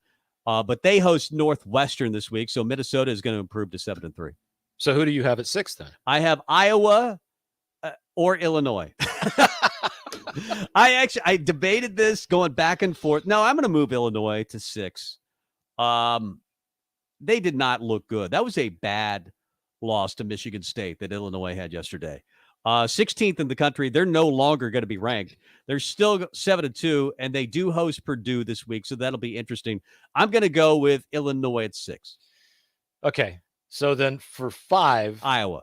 All right. And you can make these arguments look so silly from where we started earlier in the season. I know. So at 5 for me, I had Minnesota. I know they probably should have lost, but they didn't. They seem to have kind of righted the ship after 3 straight losses. Tied at 5 with Minnesota, I have Iowa. Yeah. Tied at 5 with Minnesota and Iowa, I have Wisconsin. Tied at 5 with Minnesota, Iowa, and Wisconsin, I have Maryland. And tied at 5 with Minnesota, Iowa, Wisconsin, and Maryland, I also have Purdue. And then for good measure, Michigan State. Well, the good thing about these arguments is they're all solved on the field. Iowa has Wisconsin. Illinois has Purdue. Wisconsin has Iowa. All those teams will play each other. I do have Wisconsin at number 4 at 5-4. I think Paul Chryst would have had the same record. I think you're right about that. I think Jim Leonard is going to prove that he's, an 8-4 coach or 9-3. I mean, he'll probably win the next 3. And Wisconsin will be where they're always at. But I have Wisconsin at number 4. Maybe I'm more of a believer in Brett Bielema, but I have Illinois still at number 4. I get it. They're going to drop out. It wasn't a great game. They found a way to lose. Quite honestly, you have the ball in the red zone 3 times. You turn it over on downs 3 times. You lose by 8. That's 9 points if you kick the field goals. Yeah. I know the field goals still have to be made, but I kept Illinois up in my top 4. Well, we'll do our coaching rankings, and I wonder if Bielema might be on one of our lists still. We'll have the coaching stock market coming up within the next half hour or so on the show. Number 3, should say, Penn State. They host Maryland this week. They were very dominant in their win this weekend. They're 4-2 in the conference. And with the way this season has gone, I'll tell you right now, I've got Penn State at 3 as well. I could see Maryland winning that game next week. Yeah, I just can't. I know it's at Happy Valley, but this has been such a weird year. And Penn State, when they have not played well, they've played bad, really bad. Yeah. And they lose. And with Maryland coming off a game they probably should have won, it just makes sense. I mean, I think there's a potential upset in Happy Valley next week. We shall see. Penn State was dominant in their victory over Indiana, but Indiana's not very good, 45-14. So at number 2, this is a surprise maybe for some. I've got Ohio State at number 2. I did not think they performed well against Northwestern. The matchup with Michigan last year did not turn out to be a good one for Ohio State. That physicality that Michigan has against everybody is tough to match sometimes if you don't do it all the time. So I have Ohio State at number 2. They host Indiana this week, and then Michigan, who hosts Nebraska, at number 1. I still have Michigan at number 2. I guess I'm sold on Ohio State from some play earlier in the year when I just think they are far more physical than they have been since Ryan Day took over. And I think when the Michigan game comes around, barring any major injuries or any giant storylines or whatever, I just think that Ohio State's going to be able to get punched in the mouth and punch back better this year. So I'm going to keep Ohio State at 1 and Michigan at 2. They're loaded with talent. So you have a good argument, whichever team you pick, Michigan or Ohio State. I just picked Michigan for this week, at least. Let's get to the grades.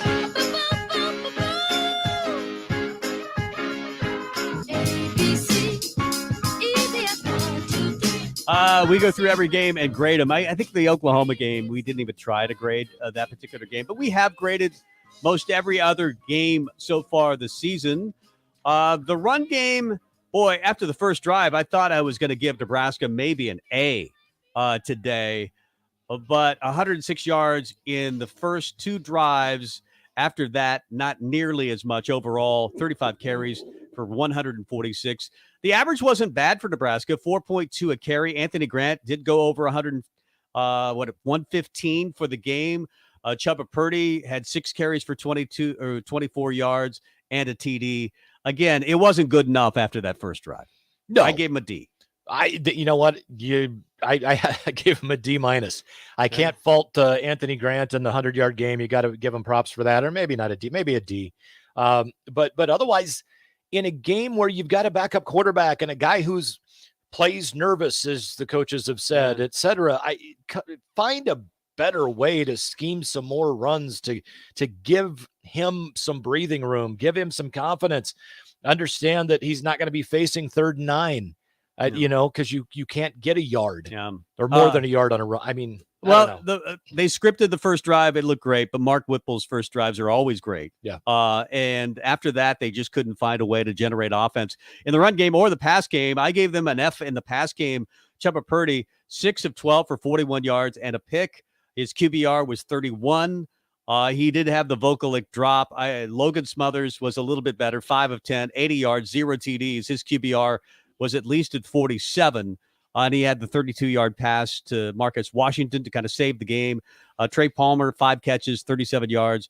Ramir had 1 for 7. There were several drops. 4 players did have drops, so it could have been a little bit better, but the pass game was not good. No, I gave it an F as well, but I'm gonna counter the 4 drops with Minnesota had at least 3. So, I mean, that all balanced out because they were 3 pretty big drops. 2 of them would have been for first downs. Margin for error for this team is just so small that you notice every drop. We were talking about the Ramir Johnson drop last week, because everything is so magnified with a team that is so fragile in so many areas. So I guess the pass game had to be better than an F for them to win that particular game. The offense overall, I just gave an F. I didn't think they played well. 6 consecutive drives with going 3 and out and all the drops. Defense against the run, I gave them a B. They had 45 carries for 125 yards. That is Minnesota. Mo Ibrahim was good, 32 carries, 128, but he only averaged 4.2 a carry. Nobody else did anything in the run game. So Nebraska's run defense, I thought, was pretty good. I gave him an A-. I'll be honest. When you going into the game, if Nebraska holds Mo Ibrahim to 4.2 yards per carry, regardless of how many carries, I don't think you would find many experts or I would take whatever that would say, you know what, if that's the case, if they can actually hold him to 4.2 yards per carry, I think Nebraska may win that game. Yeah. I thought that it was a stellar performance. He is. The guy's a bowling ball with horns. I mean, I think PJ Flex says he's a bowling ball with razor blades attached. Actually, they called him a turtle. Somebody called him a turtle. They said trying to tackle is like trying to tackle a turtle. I wouldn't tackle him because he's so low to the ground. And Nebraska obviously did a really good job of doing it in the first and second quarters, 18 yards total. But then your will is broken at some point when you realize another 3 and out. Are you kidding me, offense? Yeah. I mean, even though you never say that to a teammate, sometimes you might think it. Yeah. At the end of the day, though, and even though it was, I think the call was the spot on the 3rd down run that gave Nebraska the ball back. They initially gave Ibrahim the first down, and then they didn't after replay. I thought that was a bad call. I thought it was a first down. Regardless of that, it wasn't.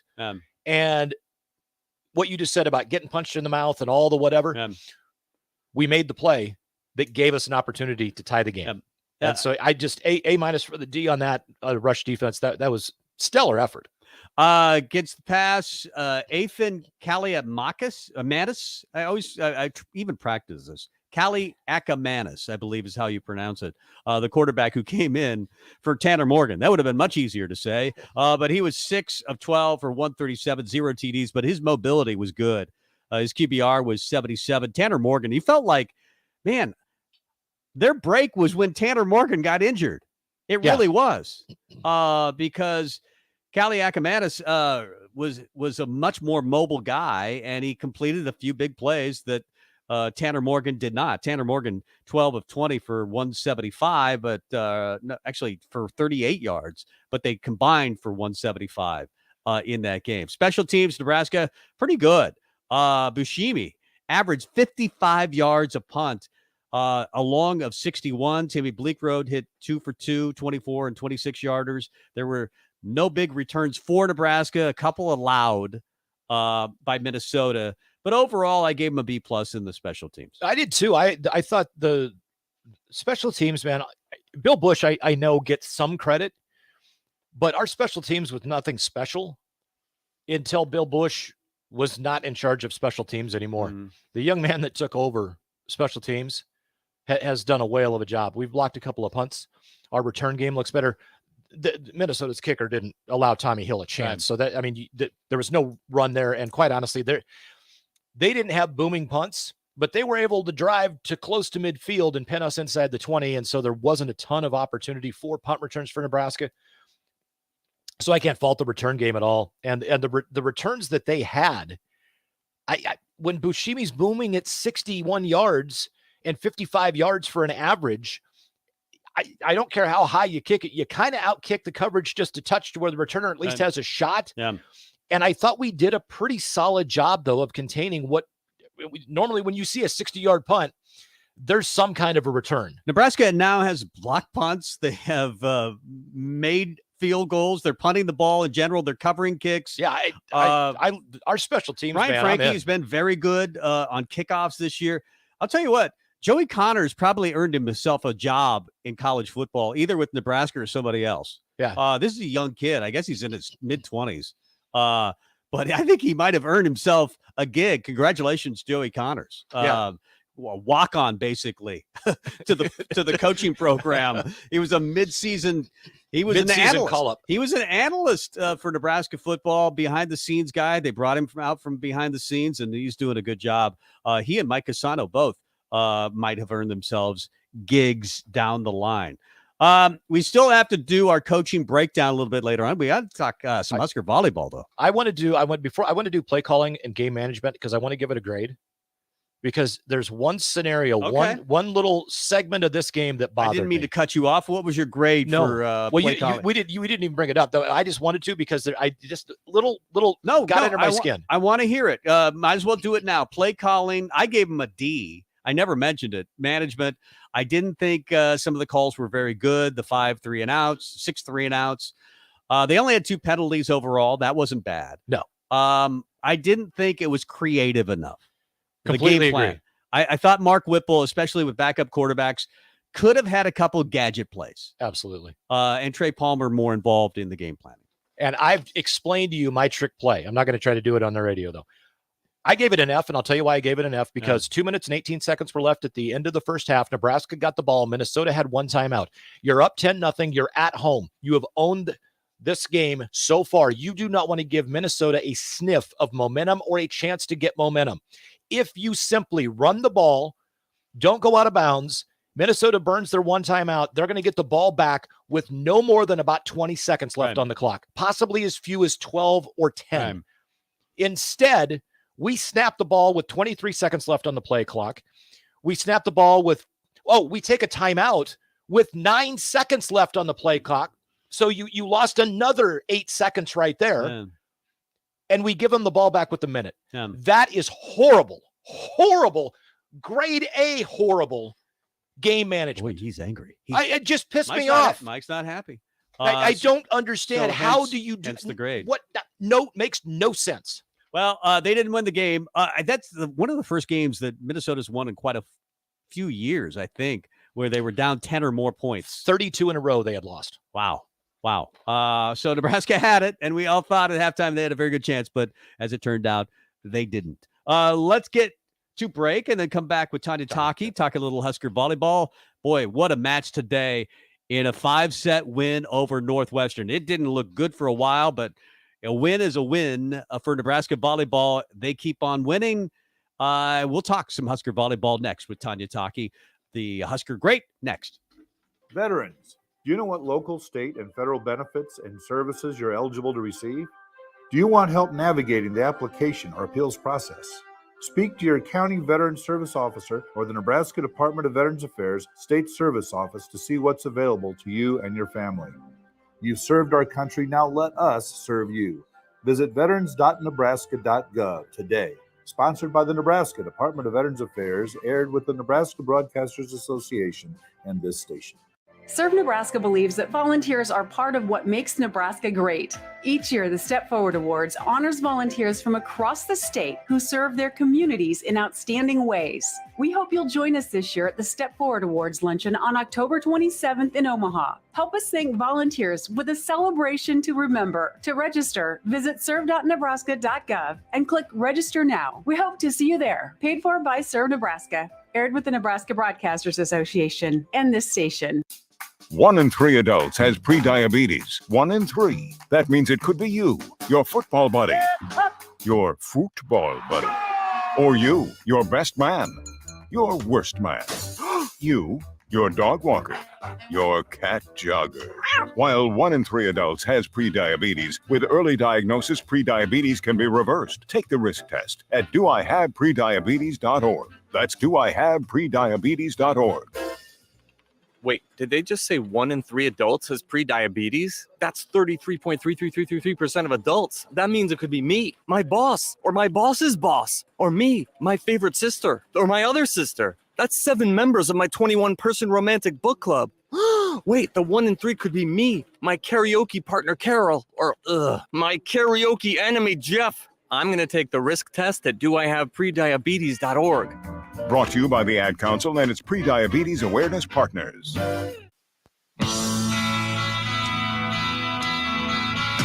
More of the Sunday Rewind is coming your way next. 60% of the time, it works every time. On 93.7 The Ticket and theticketfm.com. Welcome back. Mike Melby there. Tom Stevens here. It's the Husker Rewind every Sunday from 5 until 7. This segment, this time of year, is usually reserved for Husker volleyball. Nebraska volleyball did play today. And you thought, well, that'll be over in 10 minutes. As it turned out, it was not.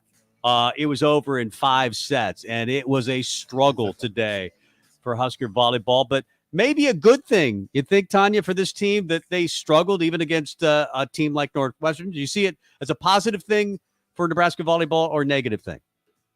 Well, I mean, I think listening to Coach Cook even after the game, he said that, having a slugfest like this is really good for his team. And so I think that's just something that we need to be able to be battle tested through the Big Ten. And he always says a win in the Big Ten, especially a road win in the Big Ten, is a win. So we'll take it. Tanya, Nebraska sweeps Indiana last Wednesday, 25-22, 18, and then 19. And it was so workmanlike. It was like they knew they were going to win. They just went out, they did their jobs, a couple of little hiccups. But what did you think of the performance on Wednesday against Indiana? Yeah, I mean, I was able to watch that game, and I thought they, like you basically said, it was Husker volleyball, and we were kind of bouncing back from, just getting on a groove and that kind of thing. And I just, they took it to them, and, Indiana kind of let us have our way with our block and our serve. They were impressive on the serving line. We actually went into practice the very next day and had our 13-year-olds toss the ball as high as they could and do a rip jump serve just to see what would happen, because somebody better bring it back. Jordan Larson was kind of the last person to do it, and Indiana had 2 or 3 girls just ripping jump serves from the back line. It was awesome. So, we were able to handle that after maybe the first set. It was a little ugly, but after that, we were able to take on their serves. Yeah, sometimes you don't give the other team enough credit, and even Northwestern's capable of playing really good volleyball. And we as Nebraska fans think, wow, man, they went to 5 sets with Northwestern. Well, everybody's good in this league. Is that sometimes a challenge, you think, Tanya, as a coach, where you've got Indiana on Wednesday night, then you get Northwestern on a Sunday, and you're thinking the players in the back of their mind are thinking, well, this is going to be an easy weekend. How tough is that for a coach mentally to get to their players ready? Well, I mean, we have Iowa on Friday or whatever is happening here next. And so I think what coach is using those kinds of games for is to maybe just find our rhythm a little better with our middles. I don't think we can hang our hats on, our serving errors has been a thing for almost, it was really big in the beginning of the season. We kind of took care of it. It came back again today. So I think having some things like, hey, if we want to serve the best, we want to be serving our best serving by the end of the season, that's what the Iowa game's for. Like, let's tee off serves here and be successful. Yeah. Let's set our middles in plays that we wouldn't normally set our middles and see if we can get some rhythm going. And so I think those games are a little bit more about rhythm than it is about, we know we're going to go in there and win. What can we get better at? Yeah. Former Husker great Tanya Taki with us on Husker Rewind, coach at Nebraska One. Tanya, you mentioned serving 4 service aces today, 14 errors. Is it something along the lines of free throws with a basketball team? A team shoots 77%, and all of a sudden, the end of the first half, they go 3 of 9, and nobody can seem to make them. Your 90% free throw shooter misses 2. Is serving similar to that, where it almost seems contagious? Yeah, I mean, serving can be very mental, and it is very contagious. If you have a player able to, really get aggressive, it turns up the level for everybody on the team. Like, oh, look what she's able to accomplish with her serve. Now I'm going to go back there and accomplish something with my serve. If somebody goes back there and misses, you go back there and be like, crap, she just missed her serve. I better not miss mine. And then you go in and miss it. It's a little bit different than free throws. I played volleyball and basketball. Free throws is the same move. It's the same action. It's the same. The serving with the different zones and the different places you're trying to place the ball, it could be a different move. It could be a different contact on the ball, if that makes sense. And so I think it is definitely mentally the same. One thing I want to ask you about, Becca Alec has had stellar games this year where you're like, holy smokes, this young lady is going to be an All-American someday. And then today, a big 5-set match. Whitney Lonstein leads the way with 16 kills. Maddie and Lindsay Krause have 15 and 14. Nicklin Hames, incredible, 31 assists, 19 digs.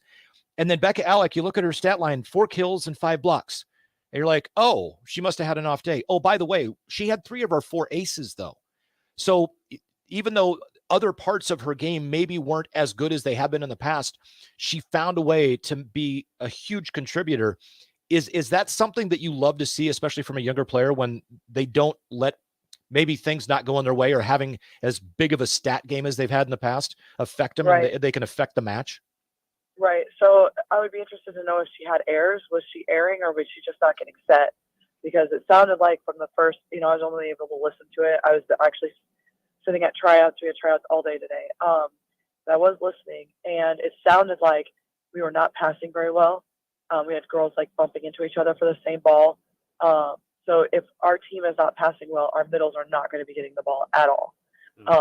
So I'd be interested to know how many sets she actually got with those 4 kills. But Becca is a force at the net and the block, and I'm glad to hear that she's doing better at the serving line, because that's something that was like the most frustrating thing when she would go back. It would be like, okay, can we put somebody else in? But when we're running a 6-2, you have to keep somebody in to serve, because you can't just sub because we run out of subs. I'm interested to learn from you, because you played for Terry Pettit, Hall of Famer, and John Cook, Hall of Famer, one of the few in the history of the program that have played for maybe 2 Hall of Famers. But Nebraska was more of a developmental program. Not that they weren't getting great players, they certainly were. But this recruiting class, this 2023 recruiting class, is a little ridiculous. Nebraska just got a decommit from Minnesota. Lainey Chaboy, then committed to Nebraska. She's from Raleigh. She's the 5th-ranked recruit in the 2023 class from volleyball.com. Nebraska already had Harper Murray, the 2nd-ranked recruit. They had Bergen Riley, the 4th-ranked recruit. They had Carolyn Juravicius, the 7th recruit, and Andy Jackson, I think, is number 8. I mean, it's a ridiculous recruiting class. Did you ever think Nebraska would be here recruiting? I mean, it was always good recruiting. Now it's incredible. Yeah, I mean, I think what we have kind of rested on in the past is that we are in Nebraska, our state, volleyball is a gem, like Coach Cook calls it a gem. And so when we played, everybody was from around us. Like it was Iowa and Nebraska. And then every once in a while, we'd have this random person like Fiona Neppo from Hawaii. Like it was completely random. And Ian Hedbeck from Sweden, like completely random because we're all from Iowa and Nebraska. And then you have these random people. And now it seems like almost the opposite in some classes where you have like the number 1 recruiting class out of the whole country is not from Nebraska. And then you have one random person from Nebraska, if that makes any sense. Right. Yeah. And so it's just something where I think that they've built a lot of confidence in the country. I will also say that Jalen Reyes has been part of the Huskers for the longest an assistant coach has, and that assistant coach is also the recruiting coordinator. And so if you're able to be at a program where you're there for 3 or 4 years, then you're recruiting enough players, they hear from you enough, and you're the same person over and over again. That builds a lot of trust. For a lot of the assistant coaches are only there for, 2 years, 3 years. You started recruiting me as a freshman, but now you're gone, type of thing. Mm-hmm. Or you started recruiting me and now you're the head coach at Missouri Western, and so you recruit me to go there, that kind of thing. So I think Nebraska's just had a very good track record. We also have some of the best facilities in the country. Mm-hmm. And our coaches have been around a long time that instills a lot of confidence in people. Yep. Tanya Taki, one of the great middle blockers in Nebraska volleyball history, and also the head coach at Nebraska One. What's going on there these days? We just left tryouts, so we had our high school tryouts today. And one last thing I wanted to mention is that I really, really, really hope that the Northwestern player is okay. They lost their setter to a really nasty running straight into the bleachers, maybe head first, is what some of the reports are saying. And Coach Cook said that he's never seen a player ever rolled off in a stretcher in a volleyball game in the years that he's been coaching, and I have never ever either. Yeah. So that's just something that, like, I was listening, I had an earbud in, and people were looking at me, and I'm like, what is wrong? And I'm like, this player got her, and I can't explain it. Yeah. Like, it gave me chills, and it was just, I just really hope she's okay. Yep. Me too. Yeah. Thanks for the time, Tanya. No problem. We appreciate it. There he is. She is Tanya Taki, one of the great middle blockers in Nebraska volleyball history. Yeah, Sienna Nordermeyer is the setter for Northwestern that went out, and it sounded like it was. Well, it's one of those things where, as a spectator, maybe you don't know what to do. Do you catch the player and help them, which would probably have been the right thing to do, or you try to get out of the way? It looked like maybe the spectator was trying to get out of the way, and it made it worse because she crashed into the chair. But you're right. You don't normally see that in volleyball. You see it sometimes in basketball, guys running into stuff, or bouncing off the rim or whatever might happen. You would think you would see more injuries in volleyball related to the net.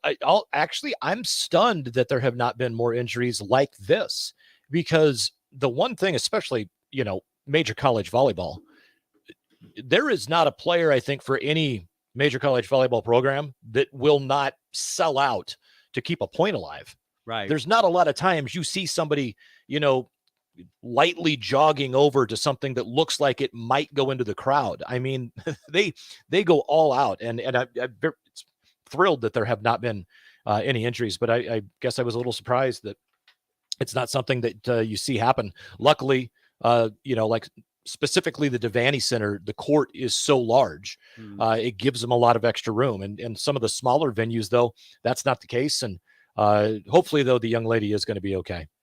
We will still have Get Off My Lawn in the closing segment. I do want to mention something I didn't know. We should do a quick segment here about Nebraska basketball. They do play Maine tomorrow night. It was an interesting column, and you've seen this a lot in the offseason.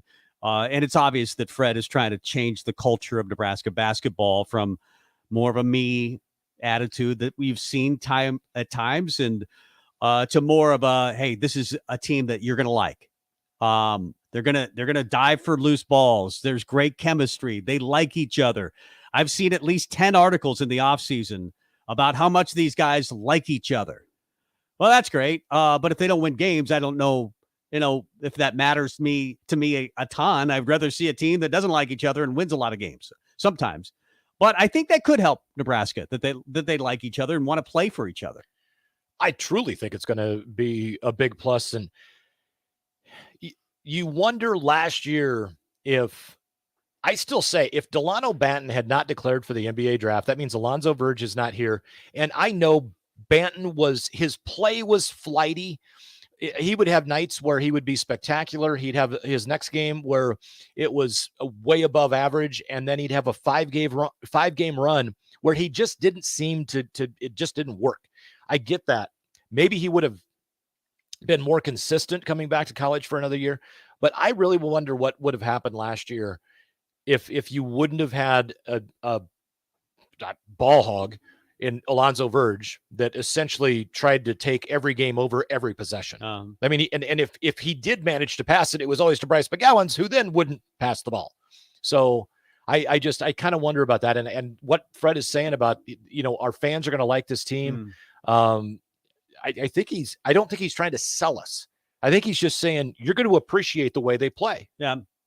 Well, I do wonder about Derek Walker and how long he'll be out. He did not play against Colorado from some sort of health protocol thing that I don't even remember how it was worded, but it feels like he could be out for several games, not the entire season. I wonder because that's a big loss. It's a rebounded loss and a guy that if he's around the rim, he's going to finish at a pretty high level. And a leadership loss on the court in the game. Yeah. Because he's a guy that's been around a lot of blocks in the NCAA. Speaking of the basketball team, did you read the article today by Amy Just? It was a really good article of the the Lincoln Journal-Star. Amy Just writes for the Lincoln Journal-Star.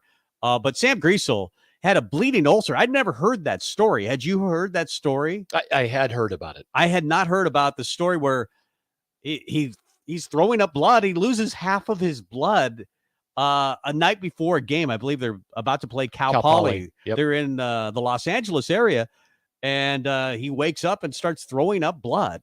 And his roommate has to call the trainer, who calls 911. And I mean, it was a touch and go thing. And then, of course, it ends off with him fully recovering and having 25 points against Indiana State and then ending up in Nebraska. It's a roundabout way of getting to Lincoln, Nebraska. But I had not heard that story. It kind of makes you tear up a little bit. I'll tell you what, riveting, the read. And it was interesting when Steve Sipple moved on and went to the On 3 network and all that. And you were wondering who they're going to get for a columnist.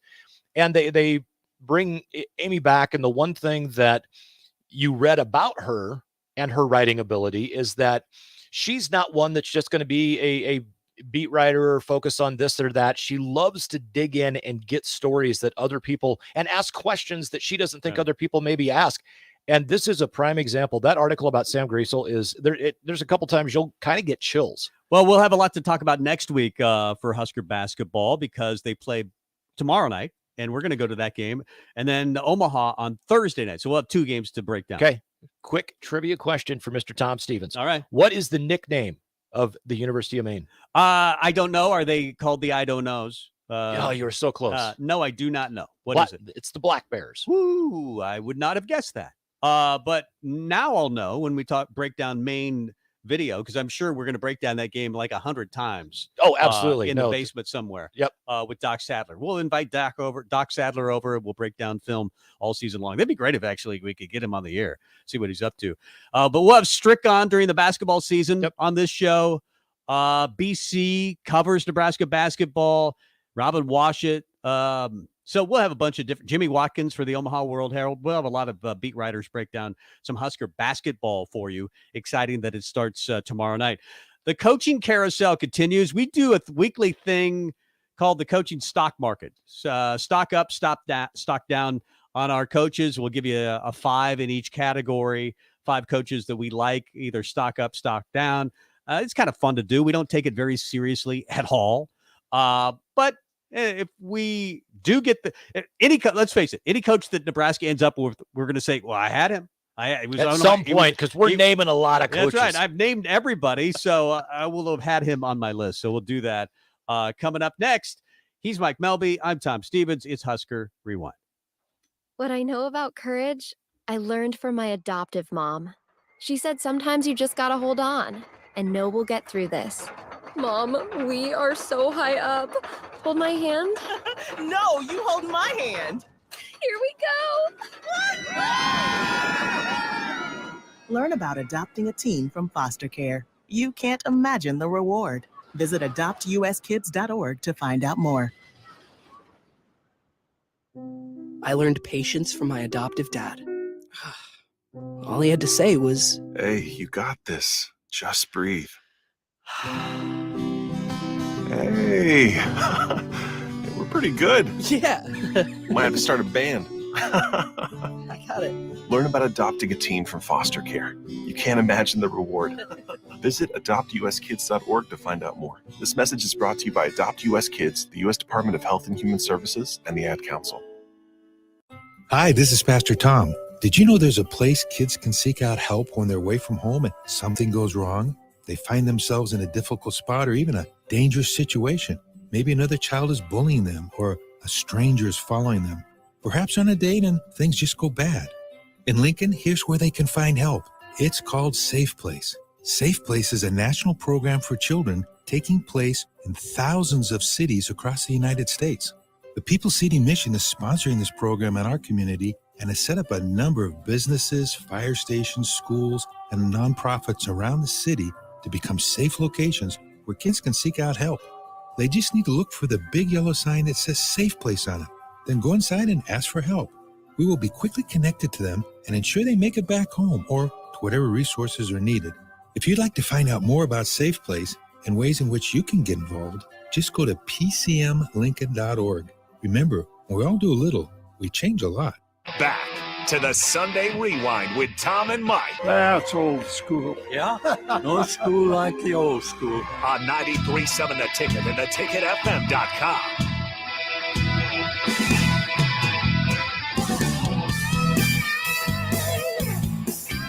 Welcome back to the Husker Rewind. I'm Mike Melby. That is Tom Stevens, the legend of Lincoln Radio. Stop it. You know, so Nebraska falls yesterday, 20-13. Mickey Joseph.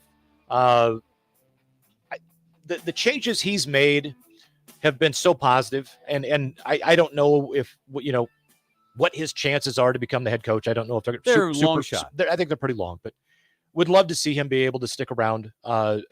One, he's just a good guy. It's not a long shot if he wants a job at Nebraska. In fact, a high-level job. I mean, I think there's a chance that he could be named assistant head coach. Yeah, again, just to take the interim and put the associate back in front. Yeah. I just don't think you can give it to him if he doesn't win another game, and that could happen. Or even if he wins 2 games. If he goes 5-7, is that enough? With everybody else that's out there, I don't know. The thing that I admire the most, I know Thursday there was all kinds of smoke all over the internet and all over a radio station up in Omaha that evidently started all the smoke. Yeah, I heard that as well. Yeah, that obviously their sources were not exactly accurate. But Trev Alberts has done a hell of a job in keeping everything inside the circle that it needed to stay in. Mm-hmm. And maybe because he hasn't told anybody, including himself and his wife. That could be. Honey, come on. Have you seen Severance on Apple TV? I have not seen Severance. Okay, they go see that's what it is. It's an elevator. He goes through this thing and it makes him forget what was on the outside world, and then he goes and does his coaching search and he goes back up the elevator and he doesn't remember what he did during the coaching search, so he doesn't even know. Maybe I think there's a good chance that he hasn't told many people. He feels like he's keeping it fairly quiet. Either you tell no one or you tell everybody every name. That's what I would have done. Almost more fun, because I need a Houston Nutt story in the worst way. I need it really, really bad. But we'll do the coaching stock market. I'll start with stock falling this week. At number 5 for me, it's Brett Bielema. Hey, he lost 23-15. In fact, I think that if he's going anywhere, he's going to Iowa, but I think he's staying at Illinois. But I've got him tied at number 5 with Bill O'Brien. Bill O'Brien lost at Alabama. Sorry. You lost in overtime to LSU. So your stock is falling. Fair enough. I still have, and it's falling even more, even though they won. Lance Leipold and Matt Campbell both. You do it in a weird way where they win 5 in a row, and for you, the stock is still falling. It's just as I've thought more about it, I'm like, yeah, I really don't want that guy. Another guy where the stock is falling. I don't know if he fits into the Big Ten anyway. Mike Gundy. They lost again, number 18, Oklahoma State, after getting blitzed by Kansas State the week before. They get beat by Kansas 37-16. That's a bad loss for Mike Gundy. He's not going to get fired, but he's also not going to get hired by Nebraska. I don't know, but I'm going to put Chris Kleinman as one of my stock falling guys. Well, he's on my list at 3rd. Chris Kleinman. They lose 34-27 to Texas. They were up 31-10, and Adrian kind of led them on a nice comeback, Kansas State. And then when Kansas State... What happened? Well, Kansas State needs to drive. See if you've ever heard this scenario when he was at Nebraska. They need a drive for a touchdown, and he moves them about 30 yards of that drive and completes a big 4th down pass to keep the drive going. And then he fumbles and the game's over. What? Adrian Martinez? That's what happened. Oh, wow. But you can't blame it on him in that game. They were going to get clocked, and he led them to a comeback, and they're still way better than Nebraska has ever been when he was here. So who do you have at number 3 on your list? Or does it matter? It doesn't really matter. Number 2, I get Nick Saban. His stock is falling. I don't want him at Nebraska. As long as we're getting silly, I might as well put him on the list. They lose 32-31 in overtime to LSU. Why would you want a loser like Nick Saban who can't beat LSU at Nebraska? I can't argue with that logic. You know who I don't want at Nebraska then? I don't want Deion Sanders. There you go. Because Deion Sanders wouldn't let his team leave the hotel room in Houston, Texas this last weekend, other than just to go to the game because rapper Takeoff was shot and killed at a bowling alley in Houston. So therefore, because there was a murder in the city of Houston, Deion Sanders said that my team cannot leave the hotel. Seriously, he did that? Yeah, he did that. I did not know that. Yeah. He's not on my list this week. I think Deion's a pretty good coach. Number 1, Dabo Swinney. They lost to Notre Dame. 35-14. Notre Dame's not even very good. They're 6-3. So you got to fire Dabo Swinney, and you certainly don't want him at Nebraska. How awesome is it for all college football fans that do not live in South Carolina or are not fans of the University of Alabama that those two schools lost on the same day? That's funny. It is like the golden day of the last decade of college football for fans of everybody but those two programs. It's always a fun day for me when Nick Saban gets beat, and that was same fun. here. Even if it's to Brian Kelly, who I don't like very much either. He's a big whiner and a complainer. Obviously, I wouldn't have them on the stock falling market, but I just threw them in just for fun. I liked it. This is stock way up. I'm still going with Mickey Joseph at number 5 on my list, especially if he could bring his brother Vance. That would intrigue me. Bring him from the Arizona Cardinals. Bring him on board, and Nebraska keeps maybe Bill Bush as well as their special teams coordinator.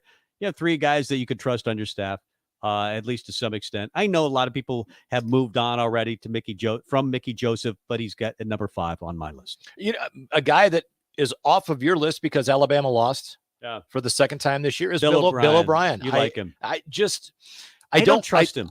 Yeah. He's got an evil look in his eye that I just don't trust. I don't trust him. I just don't. The way it went south at Houston, everybody talks about how he took over for Joe Paterno, and that was a bad situation. They're on probation. They're not going to go to a bowl game for a million years, and he takes over a bad situation and made it a pretty good situation very quickly. And then he did some nice things in the NFL for a while at Houston, and then that culture went south, and maybe the reform school, the Nick Saban reform school, will help him. It helps Steve Sarkisian. Kiffin. Yep. Number 4, I've got Lance Leipold. They're back. Kansas, after winning 3 in a row or whatever it was, they're now bowl eligible after a butt kicking of Oklahoma State, 37-16. Number 4 on my list is making its first appearance because I think it would be interesting. And I've heard the name tossed about, and I'm like, you know what? I have not had him on my list yet. Jeff Monken from Army. Didn't they lost to Cincinnati no, they lost to Navy. I always get Army and Navy. Actually, I wouldn't mind running that offense. Every time I talk to Vershawn Jackson, the captain, says, go back to the option. Maybe there's something to that. You can recruit.